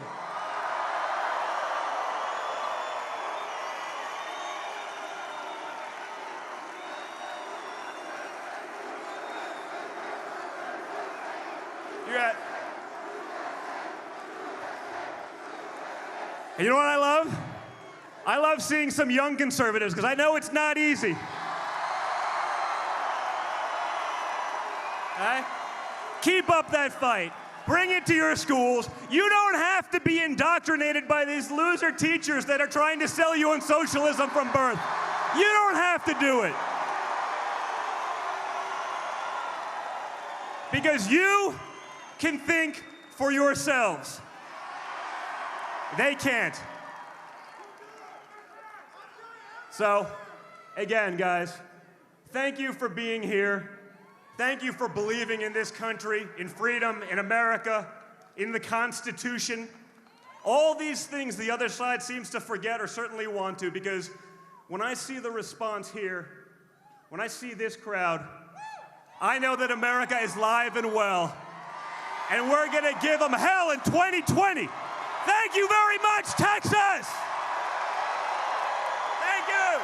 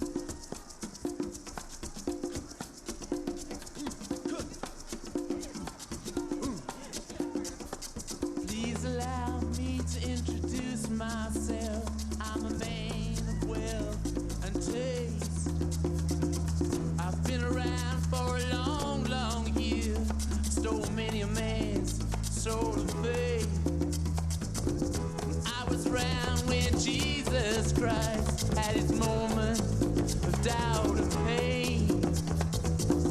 Made damn sure the pilot washed his hands and sealed his face. Pleased to meet you, hope you guessed my name. But what's puzzling you is the nature of my game. Stuck around St. Petersburg when I saw it was a time for a change. Killed the Tsar and his ministers. Anastasia screamed in vain. I rode a tank, held a generous rank when the blitzkrieg raged and the bodies stank. Pleased to meet you, hope you guess my name. Oh yeah, I was puzzling you with the nature of my game.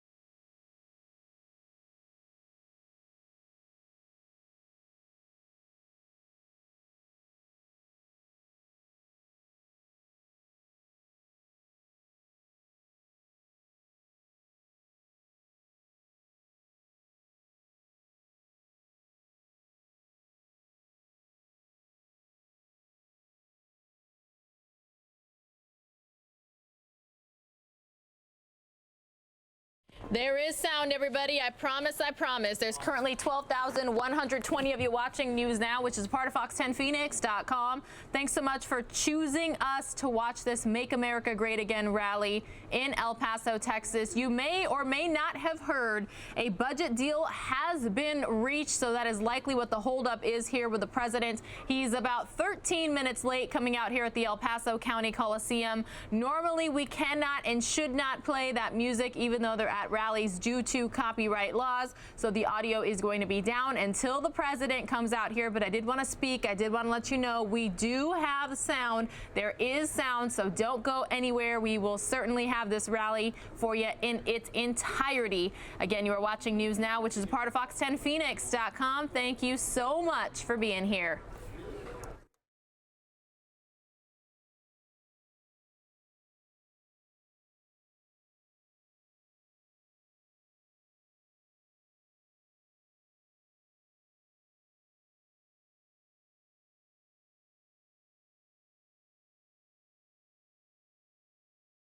The exact same place. This is wrong. This is unfair. And together, we will stop it. And we'll stop it fast.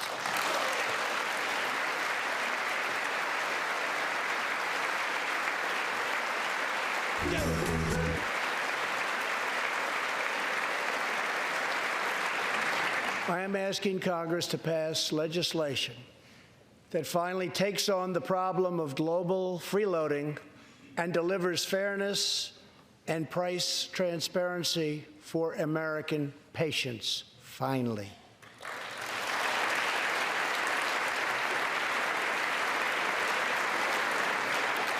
We should also require drug companies, insurance companies, and hospitals to disclose real prices to foster competition and bring costs way down.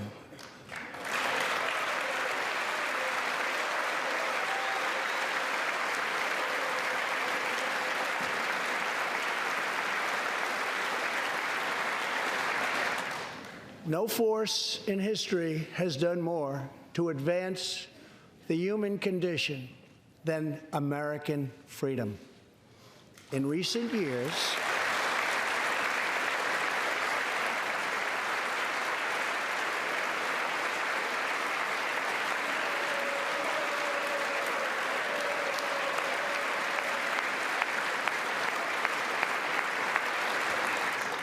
In recent years, we have made remarkable progress in the fight against HIV and AIDS. Scientific breakthroughs have brought a once distant dream within reach.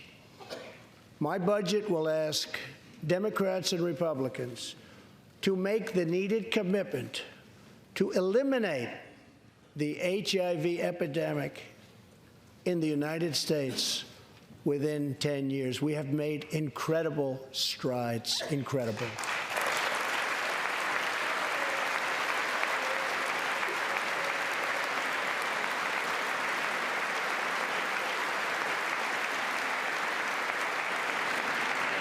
Together, we will defeat AIDS in America and beyond.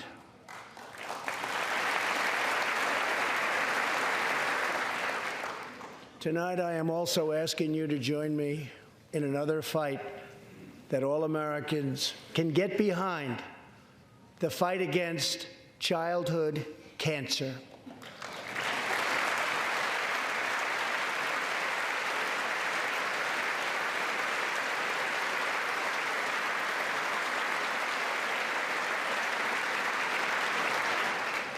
Joining Melania in the gallery this evening is a very brave 10-year-old girl, Grace Eline.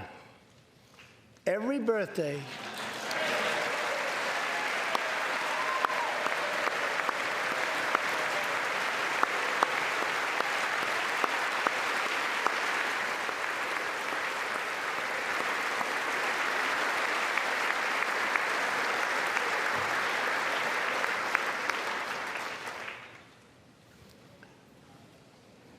hi, Grace.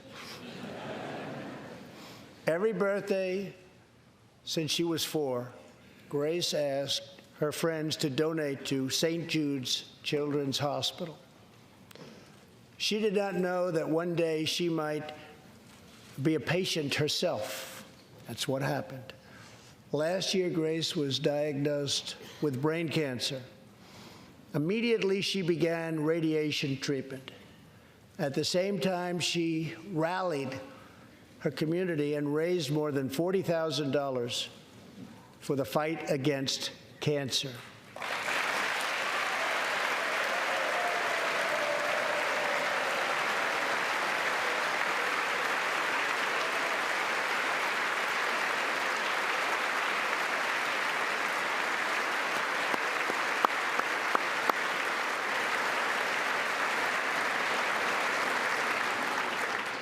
When Grace completed treatment last fall, her doctors and nurses cheered. They loved her. They still love her. With tears in their eyes as she hung up a poster that read, "Last day of chemo."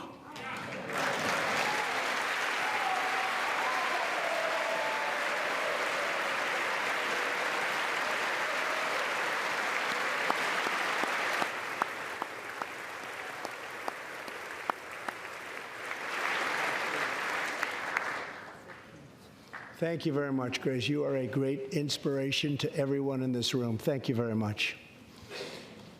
Many childhood cancers have not seen new therapies in decades.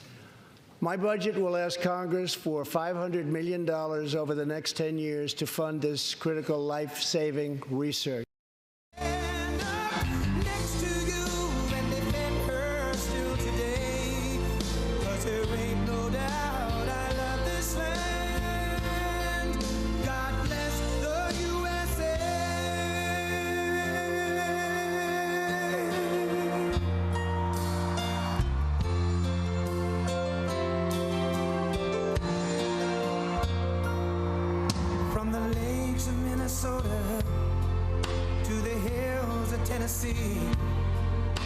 Across the plains of Texas, from sea to shining sea, from Detroit down to Houston, and New York to LA, where there's pride in every American heart, and it's time we stand and say that I'm proud to be an American, where at least I know I'm free.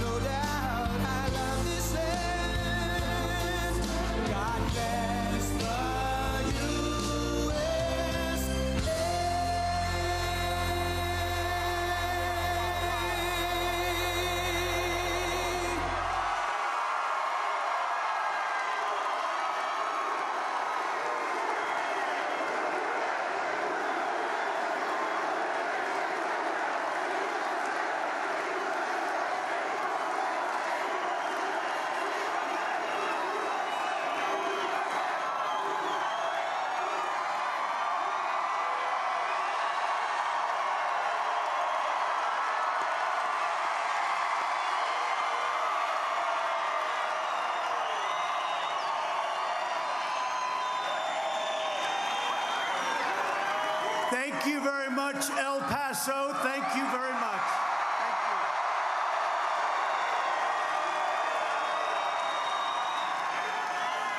I am very, very thrilled to be here in the great state of Texas. Right on the banks of the legendary Rio Grande, where, by the way, I don't know, you heard, right? Today, we started a big, beautiful wall right on the Rio Grande. Right smack on the Rio Grande. I love this state, and I love the people of this state. We've had a great romance together, you know that. It's been a great romance. And we're only getting stronger together. That's what's happening. Wow, look at all the press back. Do you believe that? This is like the Academy Awards used to be.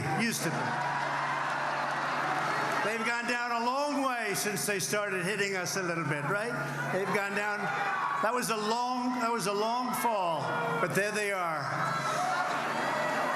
Last week, I was honored to stand in the House chamber to deliver the State of the Union.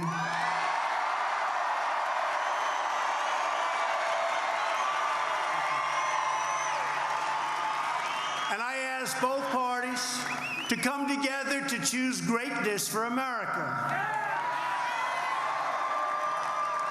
Since taking office 2 years ago, our economy is now the hottest economy anywhere on earth.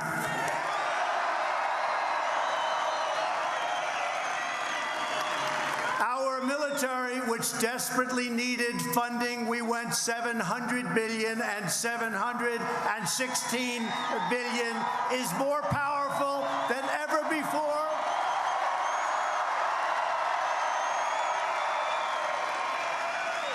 That was not a good situation. It was tired and depleted. Our great warriors were not taken care of. Now they're taken care of again the way they should be.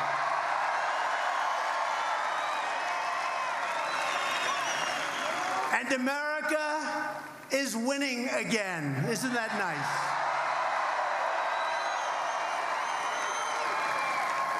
We're fighting for all Americans from all backgrounds, of every age, race, religion, birthplace, color, creed. We're fighting for ourselves. We're fighting for all Americans. And what is it? America first. Remember, it's America first.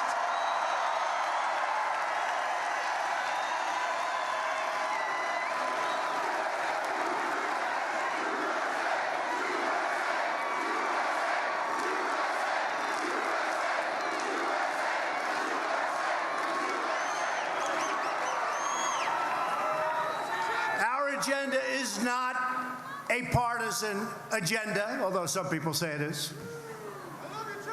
Every once in a while it does become that way, right? It's a mainstream, common sense agenda of the American people. It's where we want to be and where we want to go.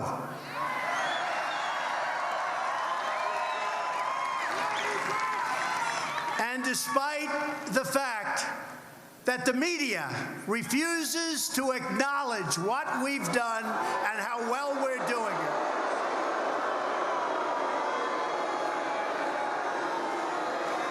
A new poll just came out as I was coming on, and it shows, I don't know how you can do this. I don't think I've had a good story in years. I don't get good press. I used to get great press until I decided to run for office. And we have done together an incredible job. And a new poll just came out today. Rasmussen, one of the most respected polls, one of the polls that got the election right. So I have to remember that. You know what the number is? 52% with no good news. Explain that. Explain that. Explain that. How do you get that when you don't get good press? I guess 93% of the stories are negative. No matter what we do, they figure out a way to make it negative. Like, I'll give you a quick example. When I came in, North Korea looks like it was going to war. You know that. It was going to happen, bad things. Now, you have no missile launches, you have no rocket testing, you have no nuclear testing. I have a good relationship, maybe even a great relationship.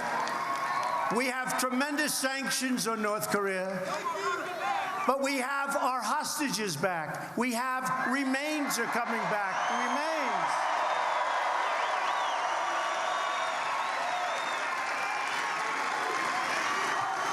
And our presidents have been dealing with North Korea for many, many decades, many, many decades. And on a nuclear way over the last 20, 30 years. And all I hear is, can't you move faster? You know what? I left Singapore 15 months ago. They've been negotiating for 85 years or something. So now their complaint is, what's taking them so long? I heard one of our great geniuses from a previous administration telling me how to negotiate with North Korea when they got taken advantage of like nobody I've ever seen before. So someday, with all of us, this is all of us, and those hats are beautiful, by the way, someday,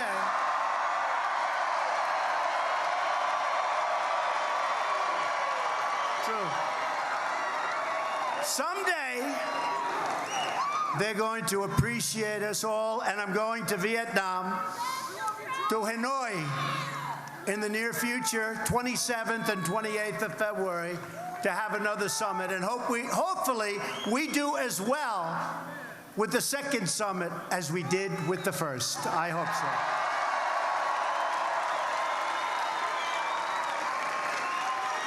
Now, we're delighted, and I'm delighted to be joined this evening by the Texas leaders. You have great leaders, great people, great help to me that are at the forefront of this incredible American revolution. You know, there's never been anything like this in the history of our country. We have to understand that. There's never been. If you would say, as an example, that tonight 69,000 people signed up to be here. Now, the arena holds 8,000, and thank you, Fire Department. They got in about 10. Thank you, Fire Department. Appreciate it.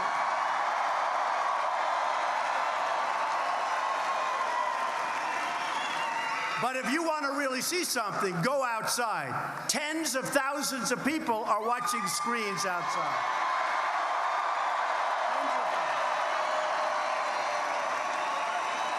And we were all challenged by a young man who lost an election to Ted Cruz.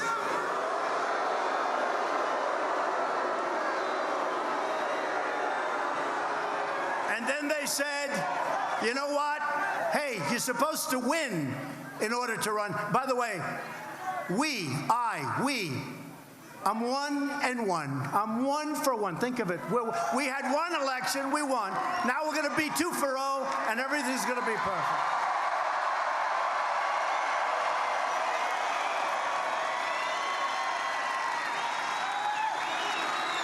But a young man who's got very little going for himself, except he's got a great first name. He challenged us. So we have, let's say, 35,000 people tonight, and he has 200 people, 300 people, not too good.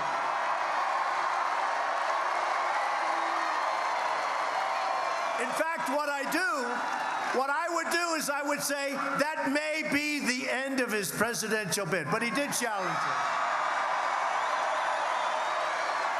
So I want to introduce some great people. Your governor, Greg Abbott. Where is he? Where's Greg? Thank you, Greg. And a great governor, and a great friend of mine. Lieutenant Governor Dan Patrick. Thanks, Dan. Thank you, Dan. Look at him in the corner, so shy. Thank you, Dan. Great job, Dan. Attorney General Ken Paxton. Thanks, Ken. And Agriculture Commissioner Sid Miller.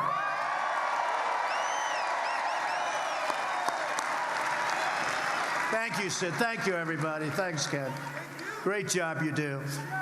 And we're especially grateful to your wonderful senators, John Cornyn and Ted Cruz.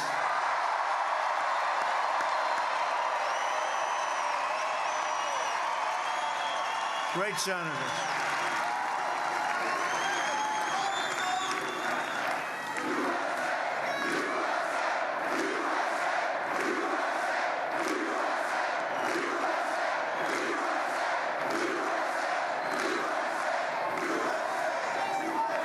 And we have a lot of your congressmen and women.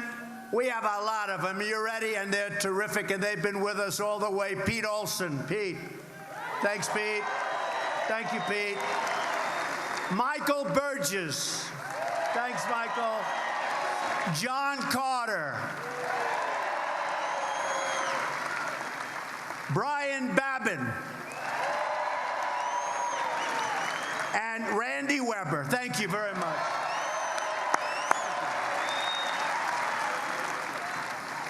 We are in the midst of an economic miracle. That's what's happened. You look all over the world and you study and you see what's going on. You can look at China. We have a team right now in China. They want to make a deal very badly. Those tariffs are costing them a lot of money, and they're going into our treasury. Remember that. We're filling up with billions of dollars. And did you see I haven't been here very long, the trade deficit really went down very big this last month. And people are saying, whoa, I told you so, that's what I do. That's what I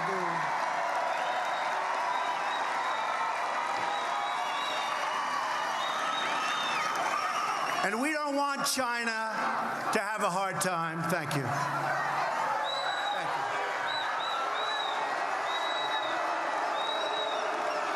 Thank you. I can only tell you this. We're going to make great deals on trade. We're going to make great deals on military.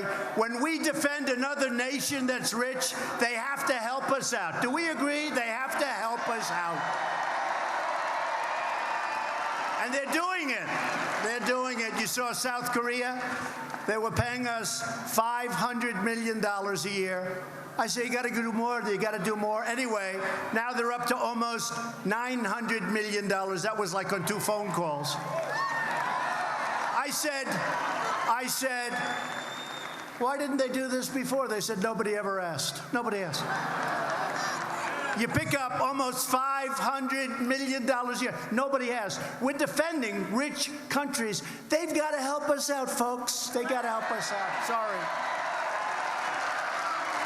And you know what? They're going to like us more, and maybe more importantly, they're going to respect us.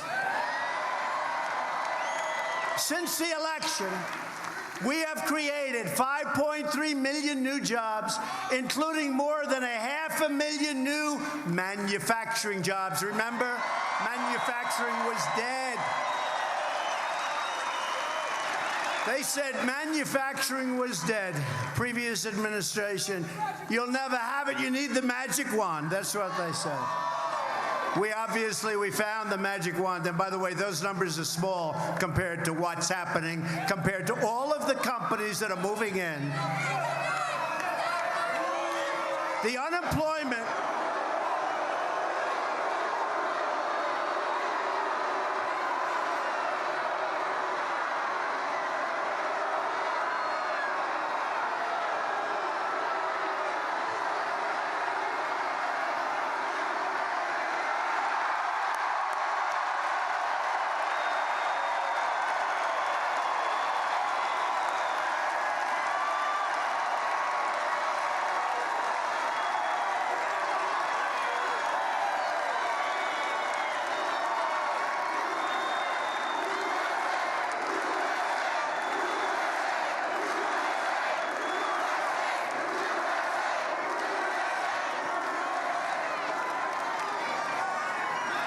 Thank you very much.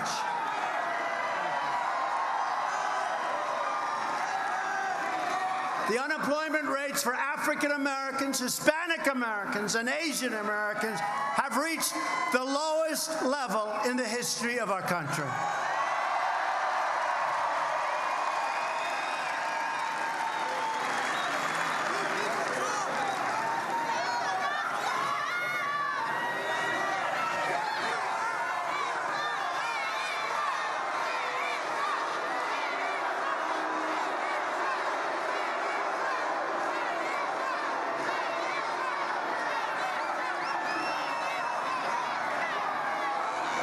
Okay, thank you.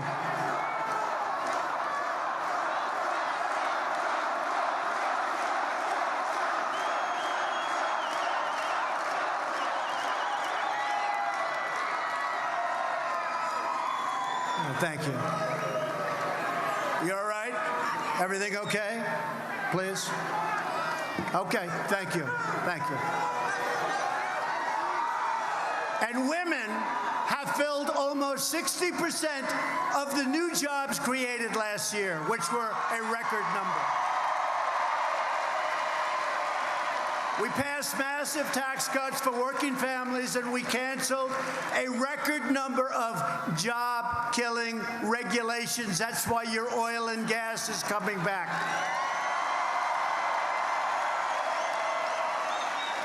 We eliminated the Obamacare individual mandate.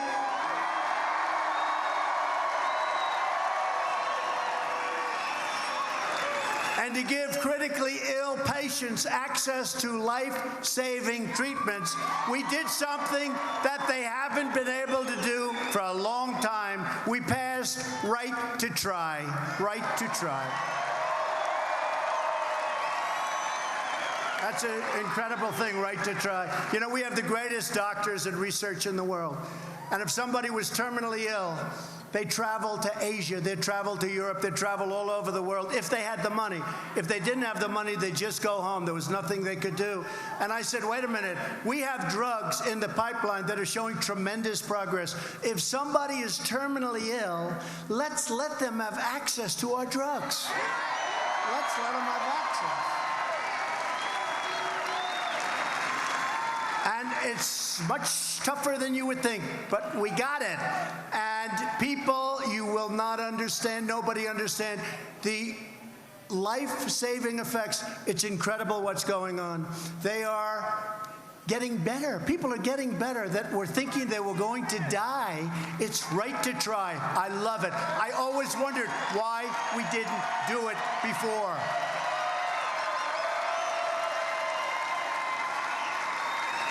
Now, the people in Texas won't care much about this, but the United States is now the #1 producer of oil and natural gas on Earth.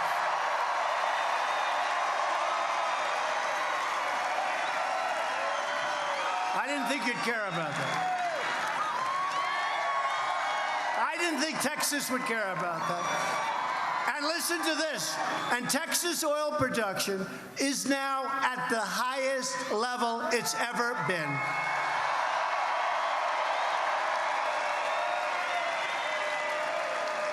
And only for the great oil professionals in the room, we're getting those pipelines approved so fast, you'll be able to practically double up on oil production, oil and gas.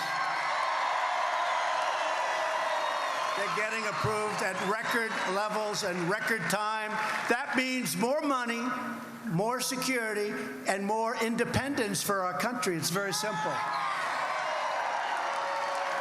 Another one they said could never get passed. They've been trying to do it for 40 years. We passed VA choice, Veterans Choice.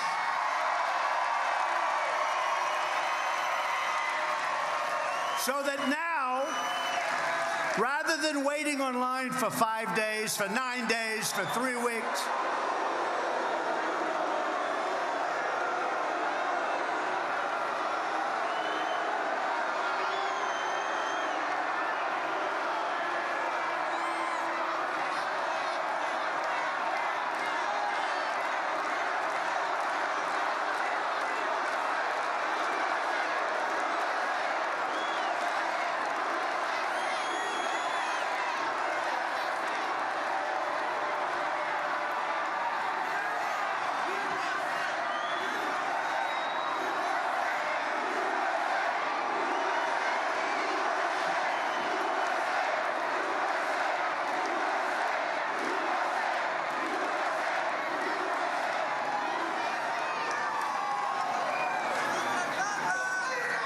Where do these people come from? Where do they come from?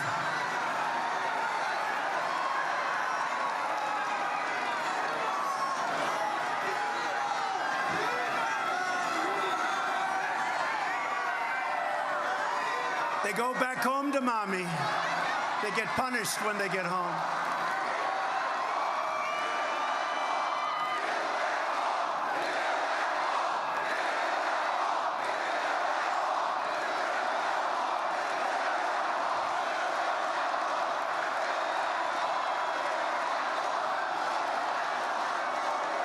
Now, you really mean finish that wall, because we built a lot of it. Finish that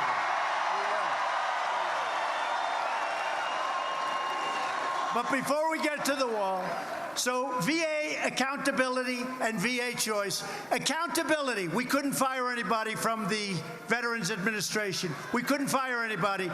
They could treat our veterans badly, we had to take it. Now, you get rid of them. And VA choice, they'd wait online for days and weeks. They couldn't see a doctor. Now they go out, they have a choice. They get a private doctor, they have things taken care of, and we pay their bill. They've been trying to get those two things fixed for many, many decades, many years, and we got it fixed. We also passed the Farm Bill for our wonderful farmers, ranchers, and growers. We just got it passed. And that wasn't easy, but we got it passed. We had to do it. Our farmers are great. So we just got that done. Farmers, ranchers, growers. And we passed historic legislation to combat the opioid crisis.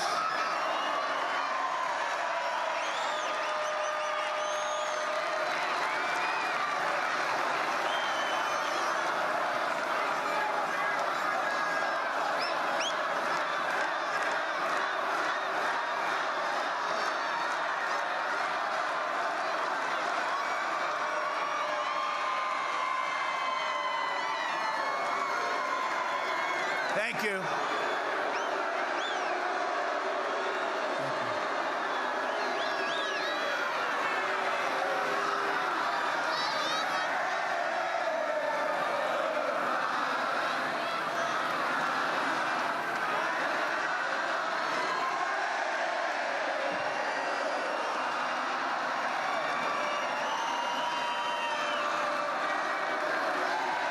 Is there any place that's more fun to be than a Trump rally? Is there any?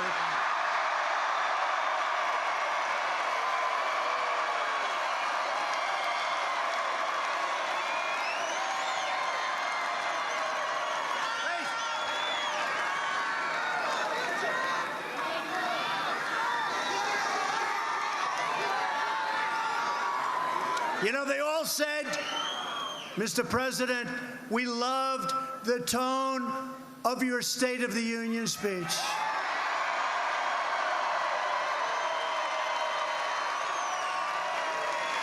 Some people said it was a great speech.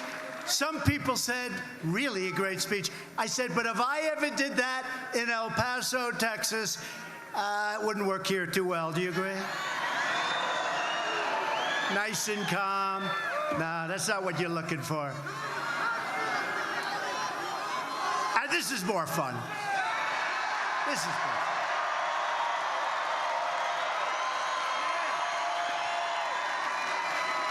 And we just signed groundbreaking criminal justice reform into law. Nobody thought that was going to be happening. In my address last week, I asked lawmakers in both parties to cross the aisle and join together for the common good for all Americans. Democrats have to stop being so angry. They're angry.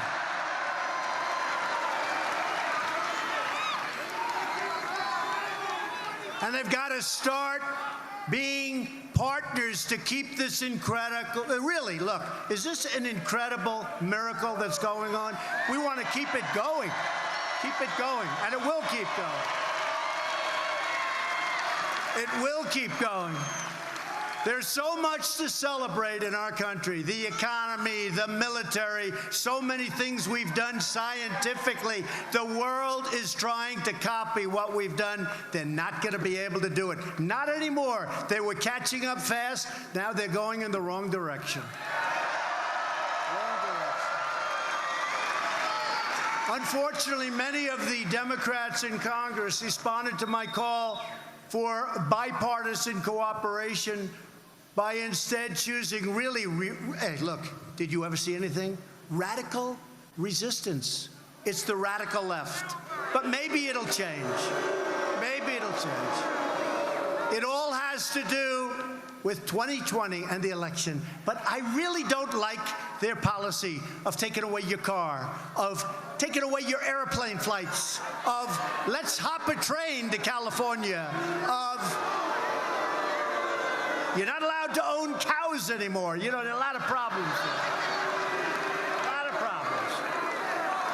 But nobody's ever had this. And by the way, with us, we handle it.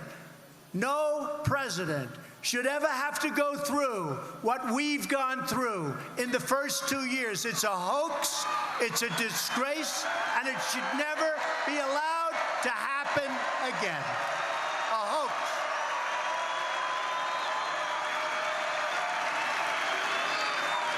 Just recently, as an example, Senator Richard Burr from the great state of North Carolina, he's chairman of the Senate Intelligence Committee, and they've been investigating this Russia hoax for 2 years.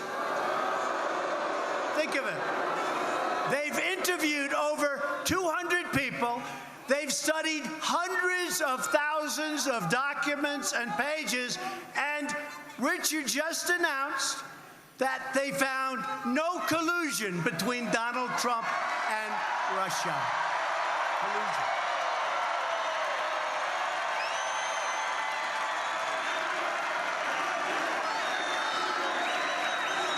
The fact is that the real collusion was between Hillary and the Democrats and the other side with Russia.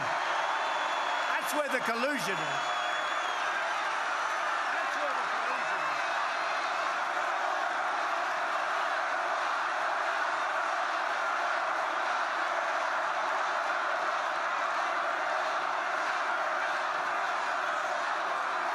That's starting to make a lot more sense. But that's where the collusion is, with the Democrats and with Russia and with others. And by the way, there's also collusion between the Democrats and the fake news right here.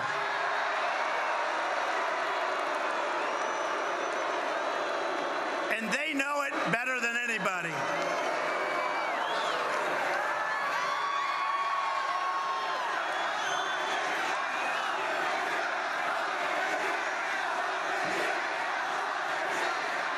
Too many Democrats are focused on tearing down their opposition instead of building up our country. They're trying to impose some of the most extreme measures and policies ever put forward by our Congress. And by the way, I don't think anybody in this room wants to pay 70, 80, 90, and 95% tax. Does anybody want to pay a 90%? You know, you look at what we've done with jobs, what we've done with the economy, how low your taxes are, the lowest they've been almost from the beginning.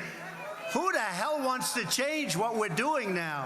We are a hot, hot country. Last week, they introduced a massive government takeover that would destroy our incredible economic gains. They introduced the so-called Green New Deal.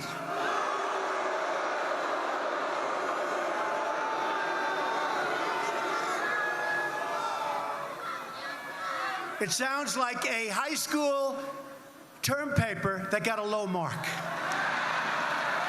It would shut down American energy, which I don't think the people in Texas are going to be happy with that. It would shut down a little thing called air travel. How do you take a train to Europe? You know, this crazy senator from Hawaii They said, do you like it? Yes, I like it very much. Oh, really? How are we getting to Hawaii on her train? She didn't think about that one, but she's thinking about it. She'll figure it out. They want to take away your car, reduce the value of your home, and put millions of Americans out of work, spend $100 trillion, which, by the way, there's no such thing as $100 trillion. You have to spend $100 trillion. And remember this, no other country except us is going to do it. That's a little problem, too. While the world's real polluters, like China, would get many of our companies and factories, they just move into China, move into other parts of the world. That's the way the system works. Not going to happen, folks. Don't worry. It's not going to happen. Not going to happen. 100 trillion. Let's spend 100 trillion. Let's rip down every building in New York City and rebuild it environmentally slightly better. To pave the way for socialism, Democrats are calling for massive tax hikes and the complete elimination of private health care. Many of us have private health care. That means you can stand online for 5 days as you wait for a doctor that is not nearly as talented as your doctor. Remember, you can keep your doctor. Remember that? 28 times. You can keep. That didn't happen. Turned out to be a lie. Hey, where are the fact checkers? You know, some of the most dishonest people in media are the so-called fact checkers. 28 times. You can keep your doctor. That didn't turn out to be what he said. They're coming for your money, and they're coming for your freedom, and it'll never happen, and it won't even come close, folks.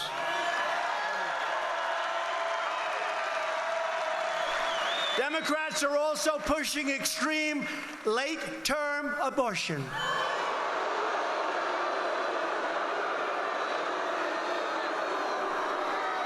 Allowing children to be ripped from their mother's womb right up until the moment of birth. What's that all about? So in Virginia, the governor, he's gotten a little publicity lately. I like him. Keeps us out of the papers. I like him. I'd like to find a few more guys like this one. He almost moonwalked. His wife stopped him. Darling, darling, it would be inappropriate. I want to see somebody try and imitate Michael Jackson in the moonwalk. This would not have been a good scene. His wife saved him. Darling, this would be inappropriate. I think she was right. But the governor stated that he would even allow a newborn baby to come out into the world and wrap the baby and make the baby comfortable and then talk to the mother and talk to the father and then execute the baby. Execute the baby.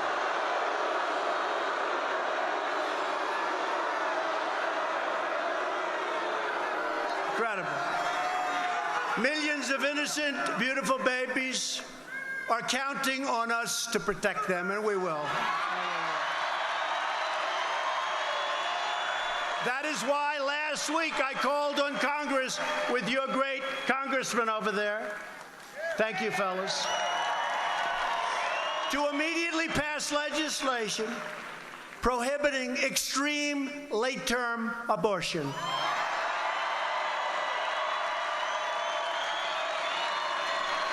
And that certainly is extreme. Many people never even heard. I mean, did you ever hear of anything like this? Democrats must also address the double standard on full display in Virginia. By the way, that state's going to go Republican pretty soon, I'm pretty sure.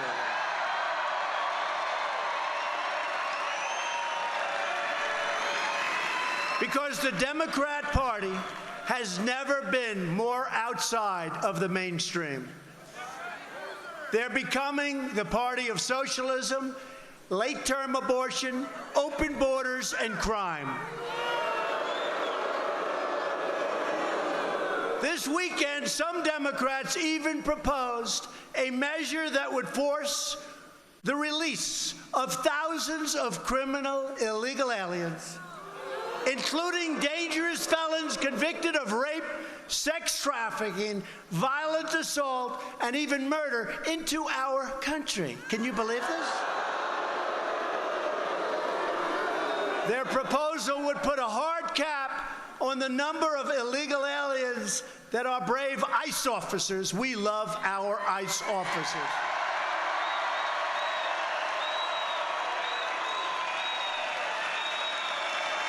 can detain and thus remove, forcing thousands of criminals to be set free into United States communities. I don't think so, okay? I don't think so.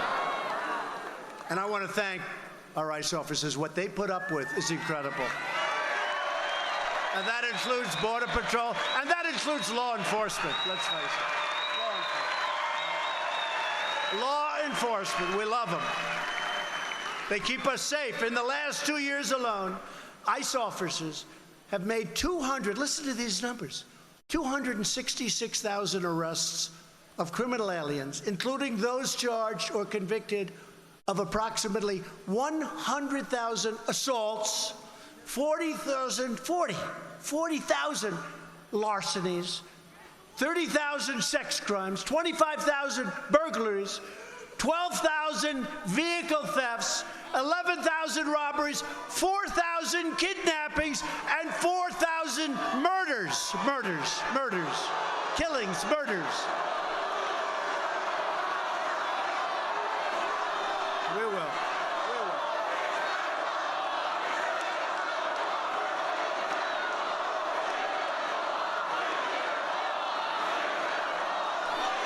If we cut detention space, we are cutting loose dangerous criminals into our country.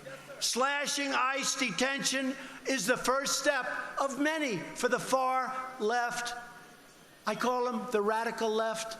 We will never abolish ICE. They want to abolish ICE. We're never going to abolish ICE. So let me state very clearly to those pushing this ridiculous and radical agenda, I will never sign a bill that forces the mass release of violent criminals into our country.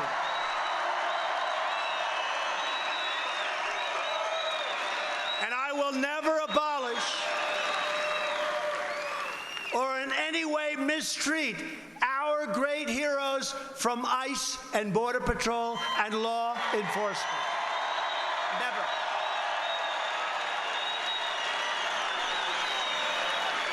We will always stand with those brave men and women.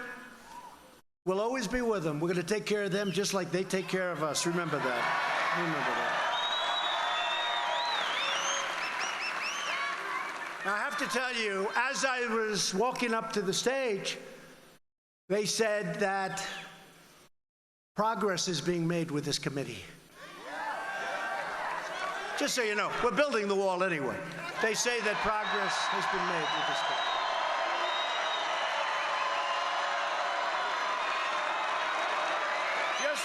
Just now, I said, wait a minute, I got to take care of my people from Texas. I got to go. I don't even want to hear about it. I don't want to hear about it. So I don't know what they mean. Progress is being made significant. Now, what did happen is the Democrats were being hit really hard on the concept of releasing criminals into our society. That has not been playing well.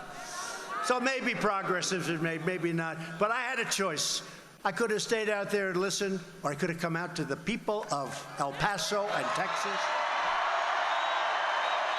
I chose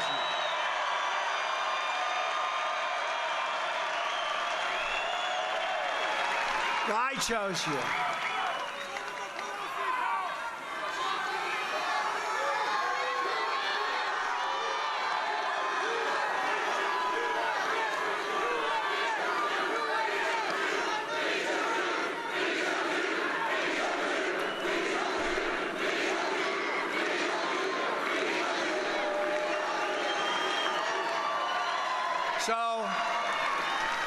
So we probably have some good news, but who knows? Who knows? We're setting the stage, folks. You know what it's called, right? It's called We're Setting the Stage. We're setting the table. We're doing whatever we have to do. The wall's being built. It'll continue. It's going at a rapid pace. The Rio Grande. It's happening. Go check it out. We proudly welcome those who come lawfully and support our values in the United States and that want to strengthen our society and help us with all of the companies moving into the United States, moving back. They left us. Now they're moving back, many of them. In some cases, maybe all of them. But they all want to come back because the United States is where the action is. Very simple.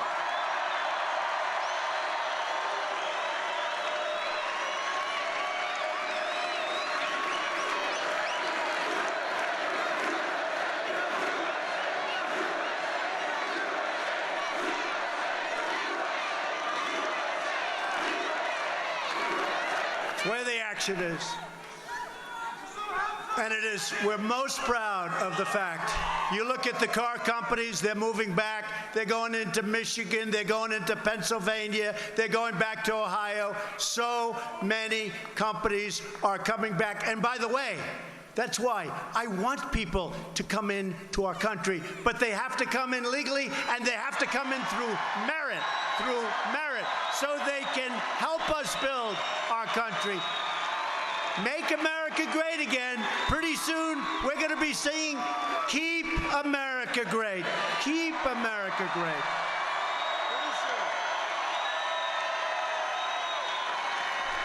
Pretty soon, Congressman.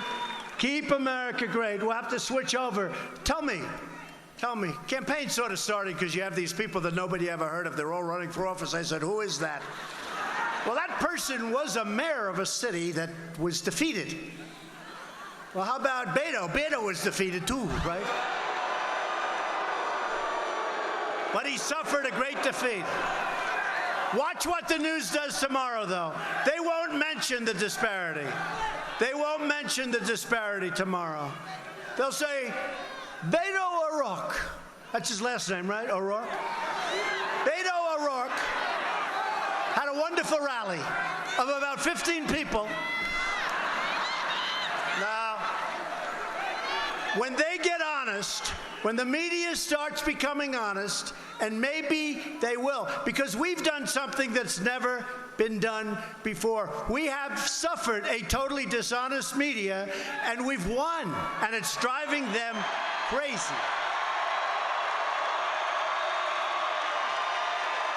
It's driving them crazy.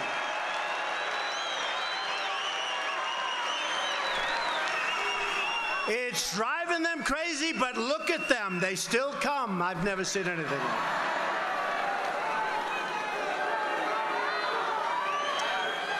But illegal immigration hurts all Americans, including millions of legal immigrants, by driving down wages, draining public resources, and claiming countless innocent lives. You see what's going on, folks. You know what's going on.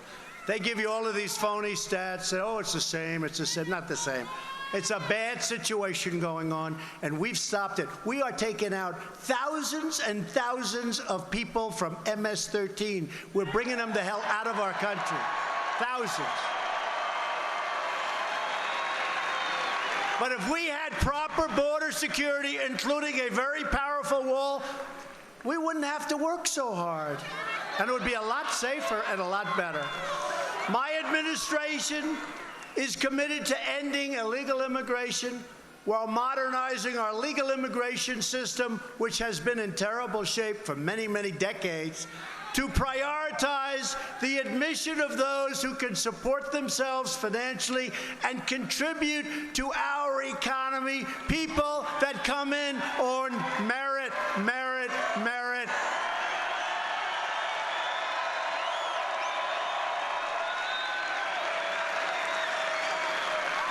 Instead of random lotteries and chain migration, that's another beauty. We want a merit-based system for entry. This will improve living conditions for all Americans living here today, both immigrant and U.S. born. Everybody's going to be happy. And we need the people to take care of the these companies that are moving. Our unemployment rate, real unemployment, 3.6, 3.7, and going down. Had a little blip because of a thing called the shutdown. But remember this, went up to 4. I said, boy, that's, you know how low 4 is? Do you know anybody else, any other president would have said, please give me 4, please. We had a little blip, went up from 3.7 to 4 just quickly. But you know what? If we didn't do that shutdown, we would not have been able to show this country, these politicians, the world, what the hell is happening with the border. That was a very important thing we did.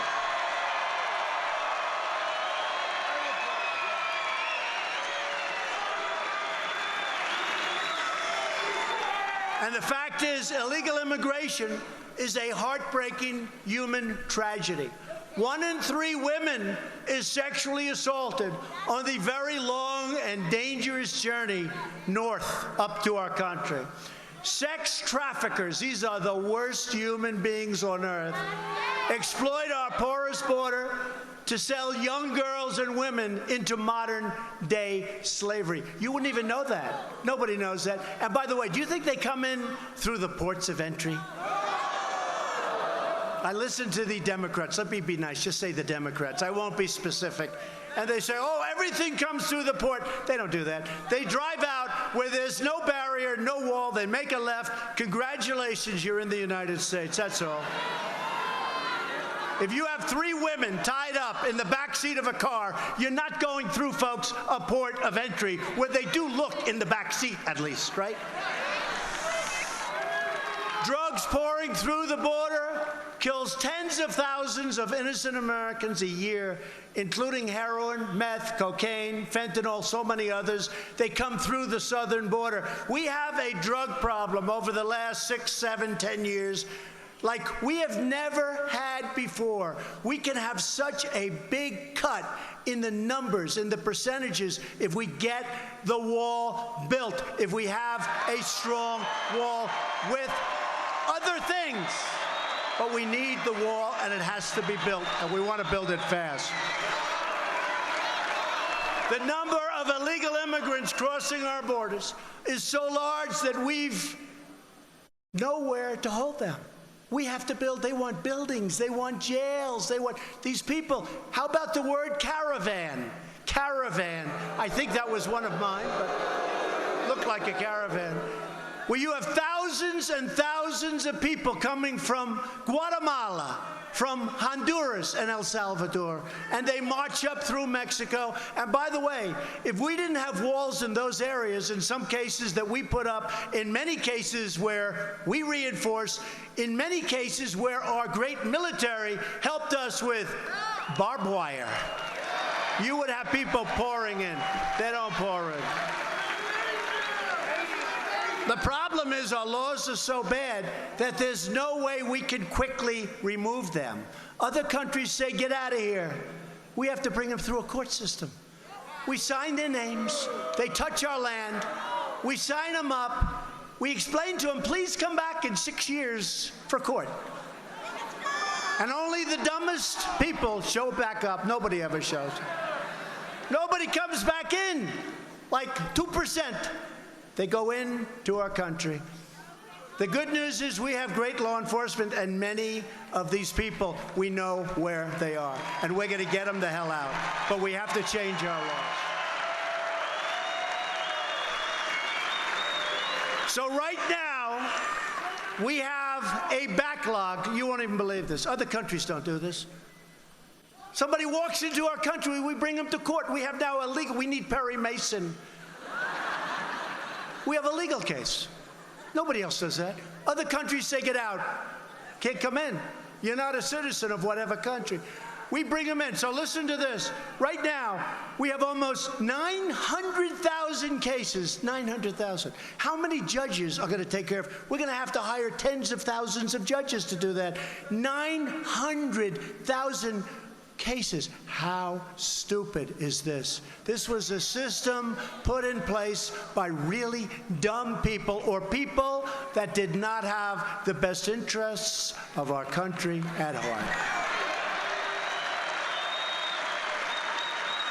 And there's no place better to talk about border security, whether they like it or not, because I've been hearing a lot of things, oh, the wall didn't make that much of a difference. You know where it made a big difference? Right here in El Paso.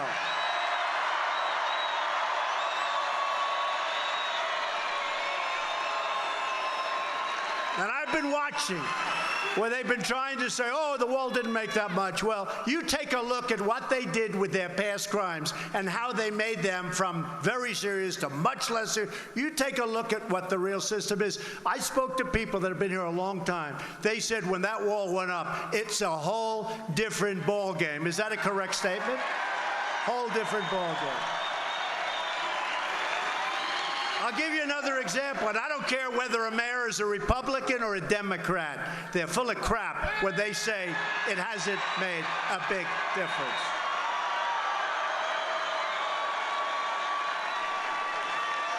I heard the same thing from the fake news.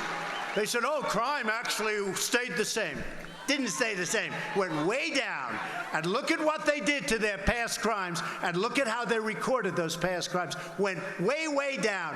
These people, you know, you think they'd want to get to the bottom of a problem and solve a problem, not try and pull the wool over everybody's eyes. So for those few people that are out there on television saying, oh, it didn't make too much of a difference, it made a tremendous... People from El Paso, am I right?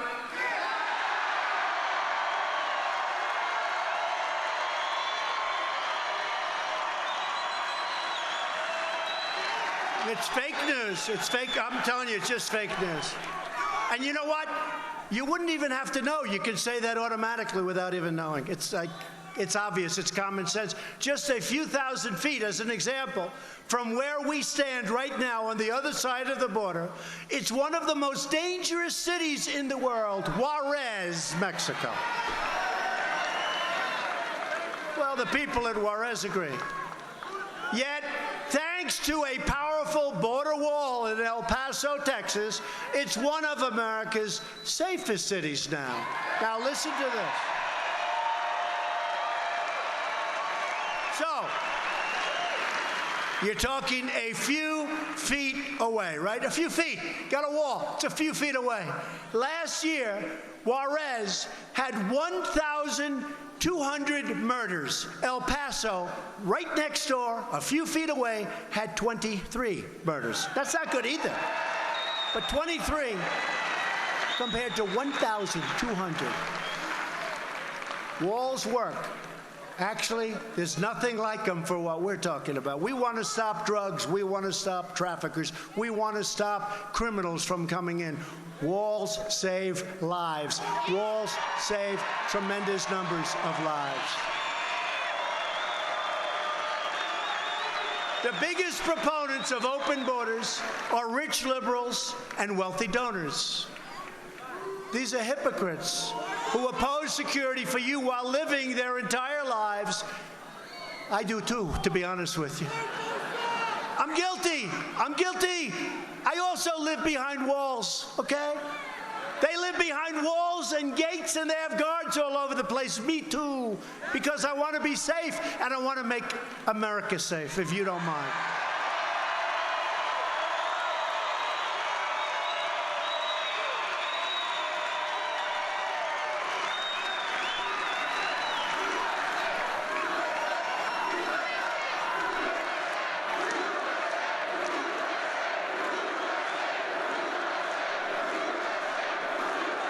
So security should not belong only to the rich and to the powerful.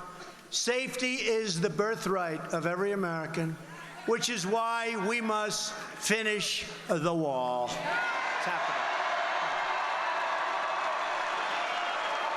Because walls are not immoral, as it was said. Human trafficking is immoral. Drug peddling is immoral. Child smuggling is immoral. Sanctuary cities that get Americans killed, they're immoral. Open borders are dangerous and immoral. My administration has put forward a compromise that really is a compromise, and I hate to even compromise on things like this, but it's showing common sense. It's compassionate, and it's going to solve our problem, and the cost is a fraction. When you look at the drugs that are pouring across from Mexico, if it stopped a small percentage, and it won't, it'll stop a large percentage, it would pay for itself in a matter of weeks. That's the kind of numbers you're talking about, a matter of weeks. And by the way, I hate to say this because we have a very good relationship, but Mexico had the highest number of killings that they've ever had. Almost 40,000 people were murdered in Mexico. Mexico's not too far away, and we need to take care of our people, and we're going to do that, and it's happening a lot faster than anybody thought, and I love that sign. Thank you. What we're proposing includes humanitarian assistance, drug detection at our ports and everywhere else, closing legal loopholes, which is a big problem, and plans for a smart, strategic, see-through steel barrier or wall. Let's go to walls. This wall will be built in the areas identified by border agents as having the greatest need, while safely directing people and commerce to our many lawful ports of entry, which we're beefing up in every way. Structurally, we're beefing up the ports of entry, and mechanically, we have equipment now that can spot drugs. It's incredible stuff. It's expensive. It's incredible. By the way, there is nothing better than a good old-fashioned German Shepherd. It's hard to believe, right?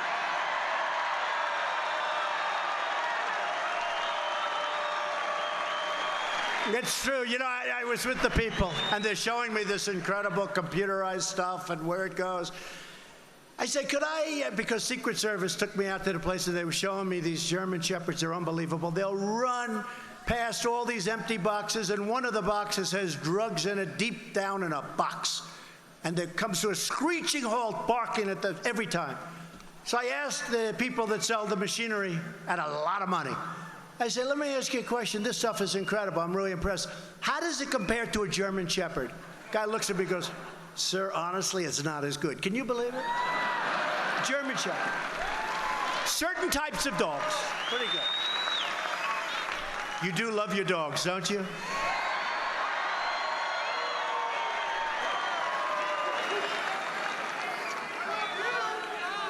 I wouldn't mind having one, honestly, but I don't have any time. I don't have time. How would I look walking a dog on the White House lawn? Would that be? Right? Sort of not for, I don't know, it doesn't, I don't feel good. Feels a little phony to me. A lot of people say, oh, you should get a dog. Why? It's good politically. I said, look, that's not the relationship I have with my people. We want to have, yeah, Obama had a dog, you're right.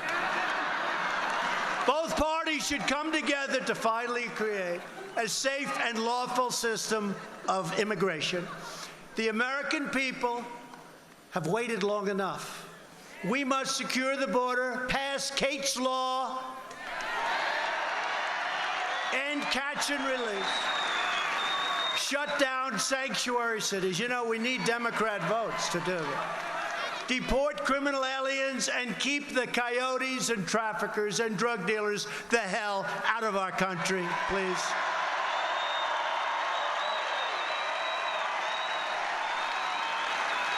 And the Democrats also need to confirm the more than 300 highly qualified nominees who are sitting in the Senate waiting for confirmation, people that have given up their lives to work in the Trump administration, and the Democrats aren't approving them.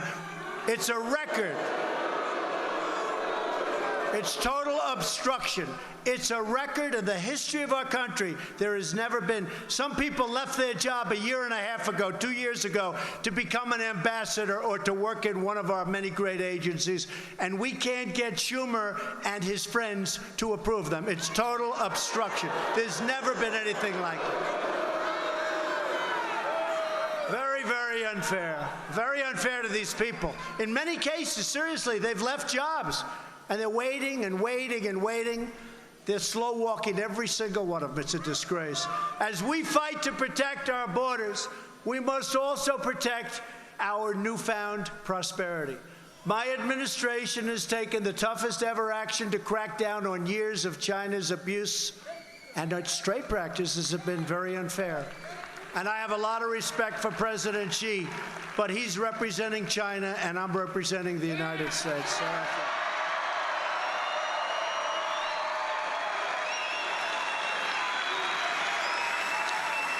we're also replacing one of the worst deals ever made, probably the worst trade deal ever done, although I happen to think that the WTO is not so good either. We're replacing Nafta with a brand new U.S. Mexico Canada agreement that everybody is loving. Got to get Congress to approve it. We got to get Congress to approve it. We'll get it, I think, done. I mean, there's such obstruction in Congress. You know, they won't even do things that are good for our country now. They would rather have Trump have a loss than get something that's so good for our country. Our farmers are happy. Everybody's happy. And it's going to be jobs. You know what it does? It stops companies from moving out. It makes it very hard economically for companies to say, hey, thanks a lot. We're firing everybody. We're moving to Mexico. Makes it very, very hard. You know, that's been a bone of contention for me for many years. I've seen 25% and more of our automobile business move to Mexico. And it's not going to happen anymore. Not going to happen anymore. Unless they want to pay nice, big, fat tariffs to send their cars back into this country. We've achieved, and by the way, tariffs have had an incredible effect. Just ask the folks in China, how are we doing with tariffs? You ask. And you ask, how are we doing in our negotiations? The fact is, and I say it openly, either they treat us fairly or they have to pay for the privilege of coming in and taking our wealth and taking our jobs. It's very simple. It's very, very simple. And if you look back at our country when we were very rich, when we had no debt, when we had no problems economically, you take a look, 1888, the great tariff debate. You know what the debate was about? Our country had so much money, they had to debate what the hell to do with all the money because tariffs were bringing in a fortune into the United States. So at a minimum, countries are negotiating with us very seriously because of the fact that they don't want to have to pay to come in and take advantage of our country. That's at a minimum. Check it out, 1888. Have the press check it out. They'll say, Donald Trump said 1888.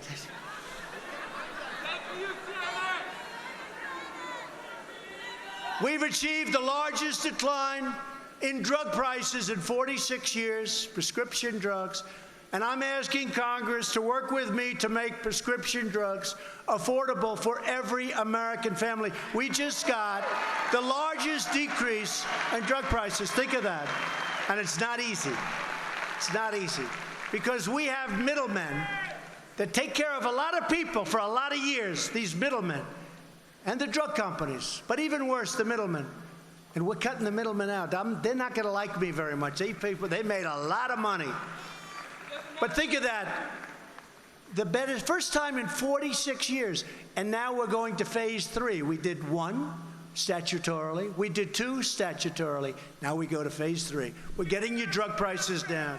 We're embarking on bold initiatives to defeat AIDS. Who knew that?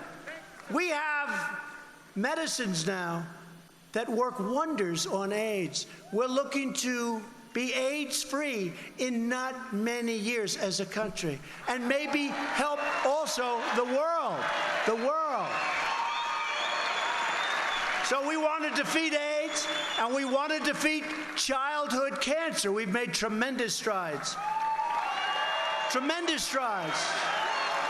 In the Middle East, our brave warriors have liberated virtually 100% of ISIS in Iraq and Syria. Now, you don't hear that from these people.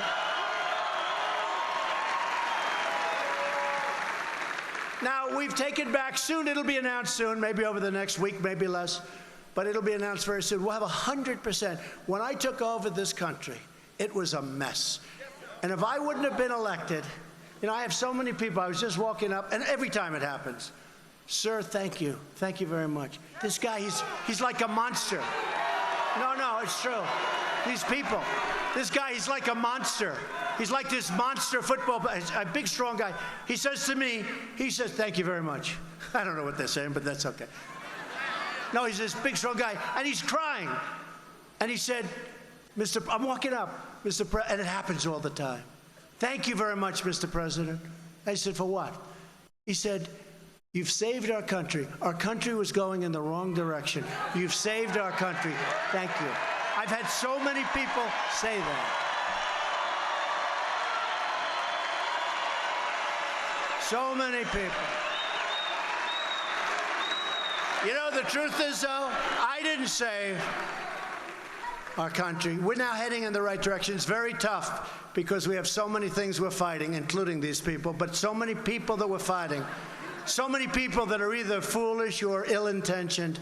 But, you know, I didn't save our country. You know who saved our country? You saved our country. You saved our country. God.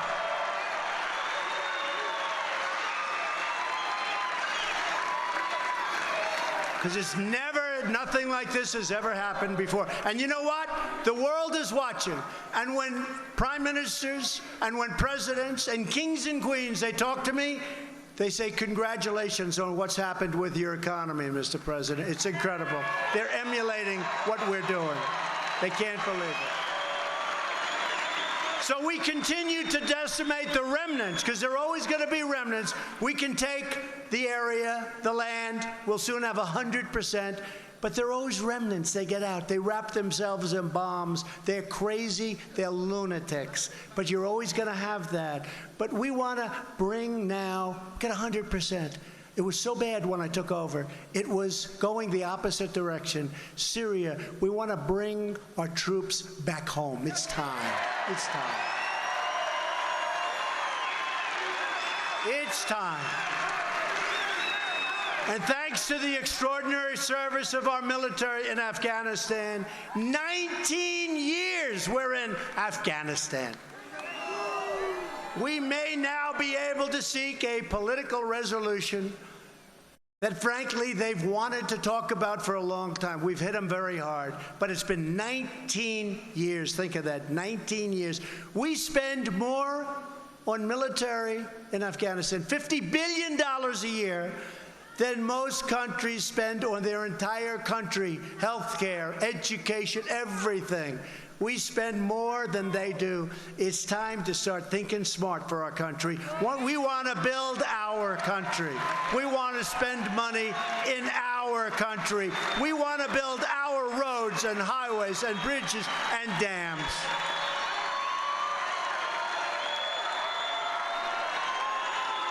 And last month, the United States recognized the legitimate government of Venezuela and condemned the socialist brutality of the Maduro regime. Everywhere socialism has been, everywhere it's been implemented, it's produced poverty, misery, repression, and despair. You take a look, no matter where. Yet there are those trying to implement socialism right here in the United States. So I again say to you, and I say it for the world to hear, America will never be a socialist country. Never, never.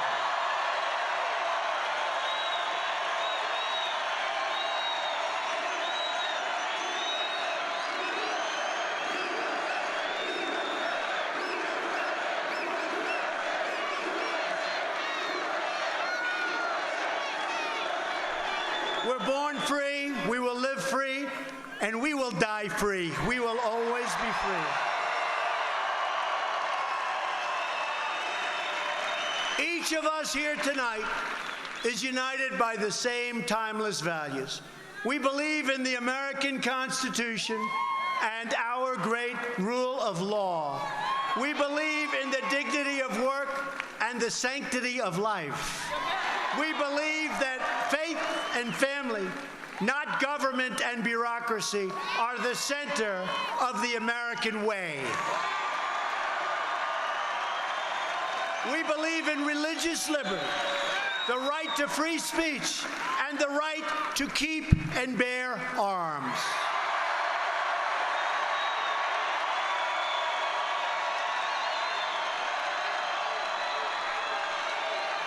We believe that children should be taught to love our country, honor our incredible history, and always respect our great American flag.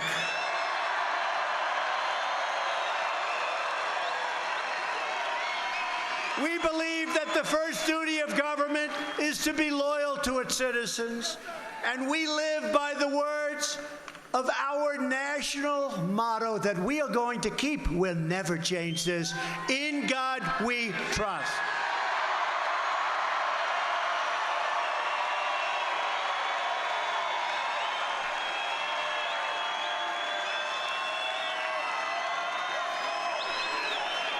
These are the beliefs, traditions, and principles that bind us together as citizens, as neighbors, as great patriots.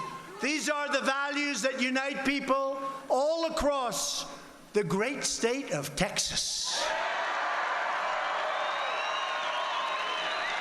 From Houston to Austin, from Dallas to El Paso, from the Red River to the Rio Grande, the Lone Star State embodies the spirit of independence like maybe no other place anywhere in the world.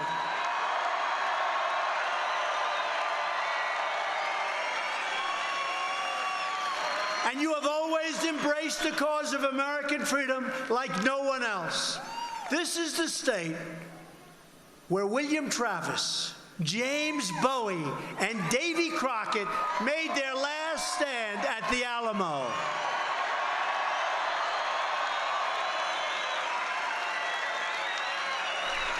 This is the state where a small band of patriots at the Battle of Gonzales, armed with a single cannon, stared down a foreign powerful army and declared, "Come and take it. Come and take it. Come on, take it."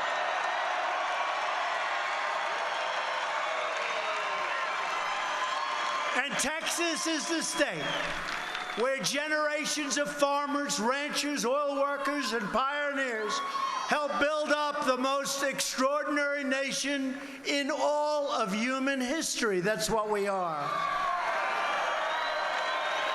We were losing track. We didn't lose track anymore. We're straight on that track. Now, just like generations of Texas patriots who came before, you are going to make your stand. That's what we've done. We've made our stand, and we've made it together. This is a big group of millions and millions of people that have come together like never before in our history. This has never happened before. And we've come for safety, for sovereignty, and for the sacred rights given to us by the hand of Almighty God.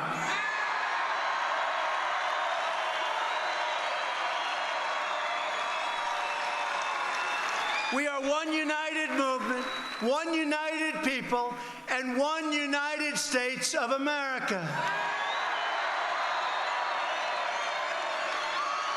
And together, with the proud and incredible and great people of the state of Texas, we will make America wealthy again.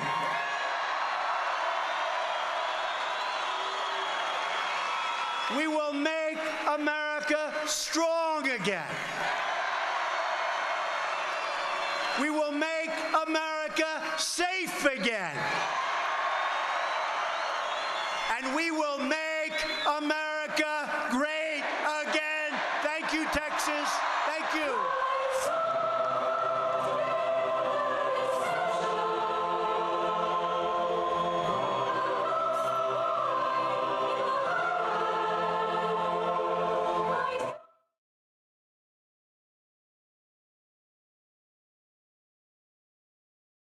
All right, everyone, there's still more than 14,000 of you watching News Now, which is a part of Fox10Phoenix.com. You just witnessed President Donald Trump's Make America Great Again rally live at the El Paso County Coliseum, right there on the border in El Paso, Texas. It will be clipped on YouTube so you can watch again and again. Please like, share, subscribe to News Now, and join us again tomorrow. Me, Mike Pace, and the rest of the Fox 10 Phoenix crew.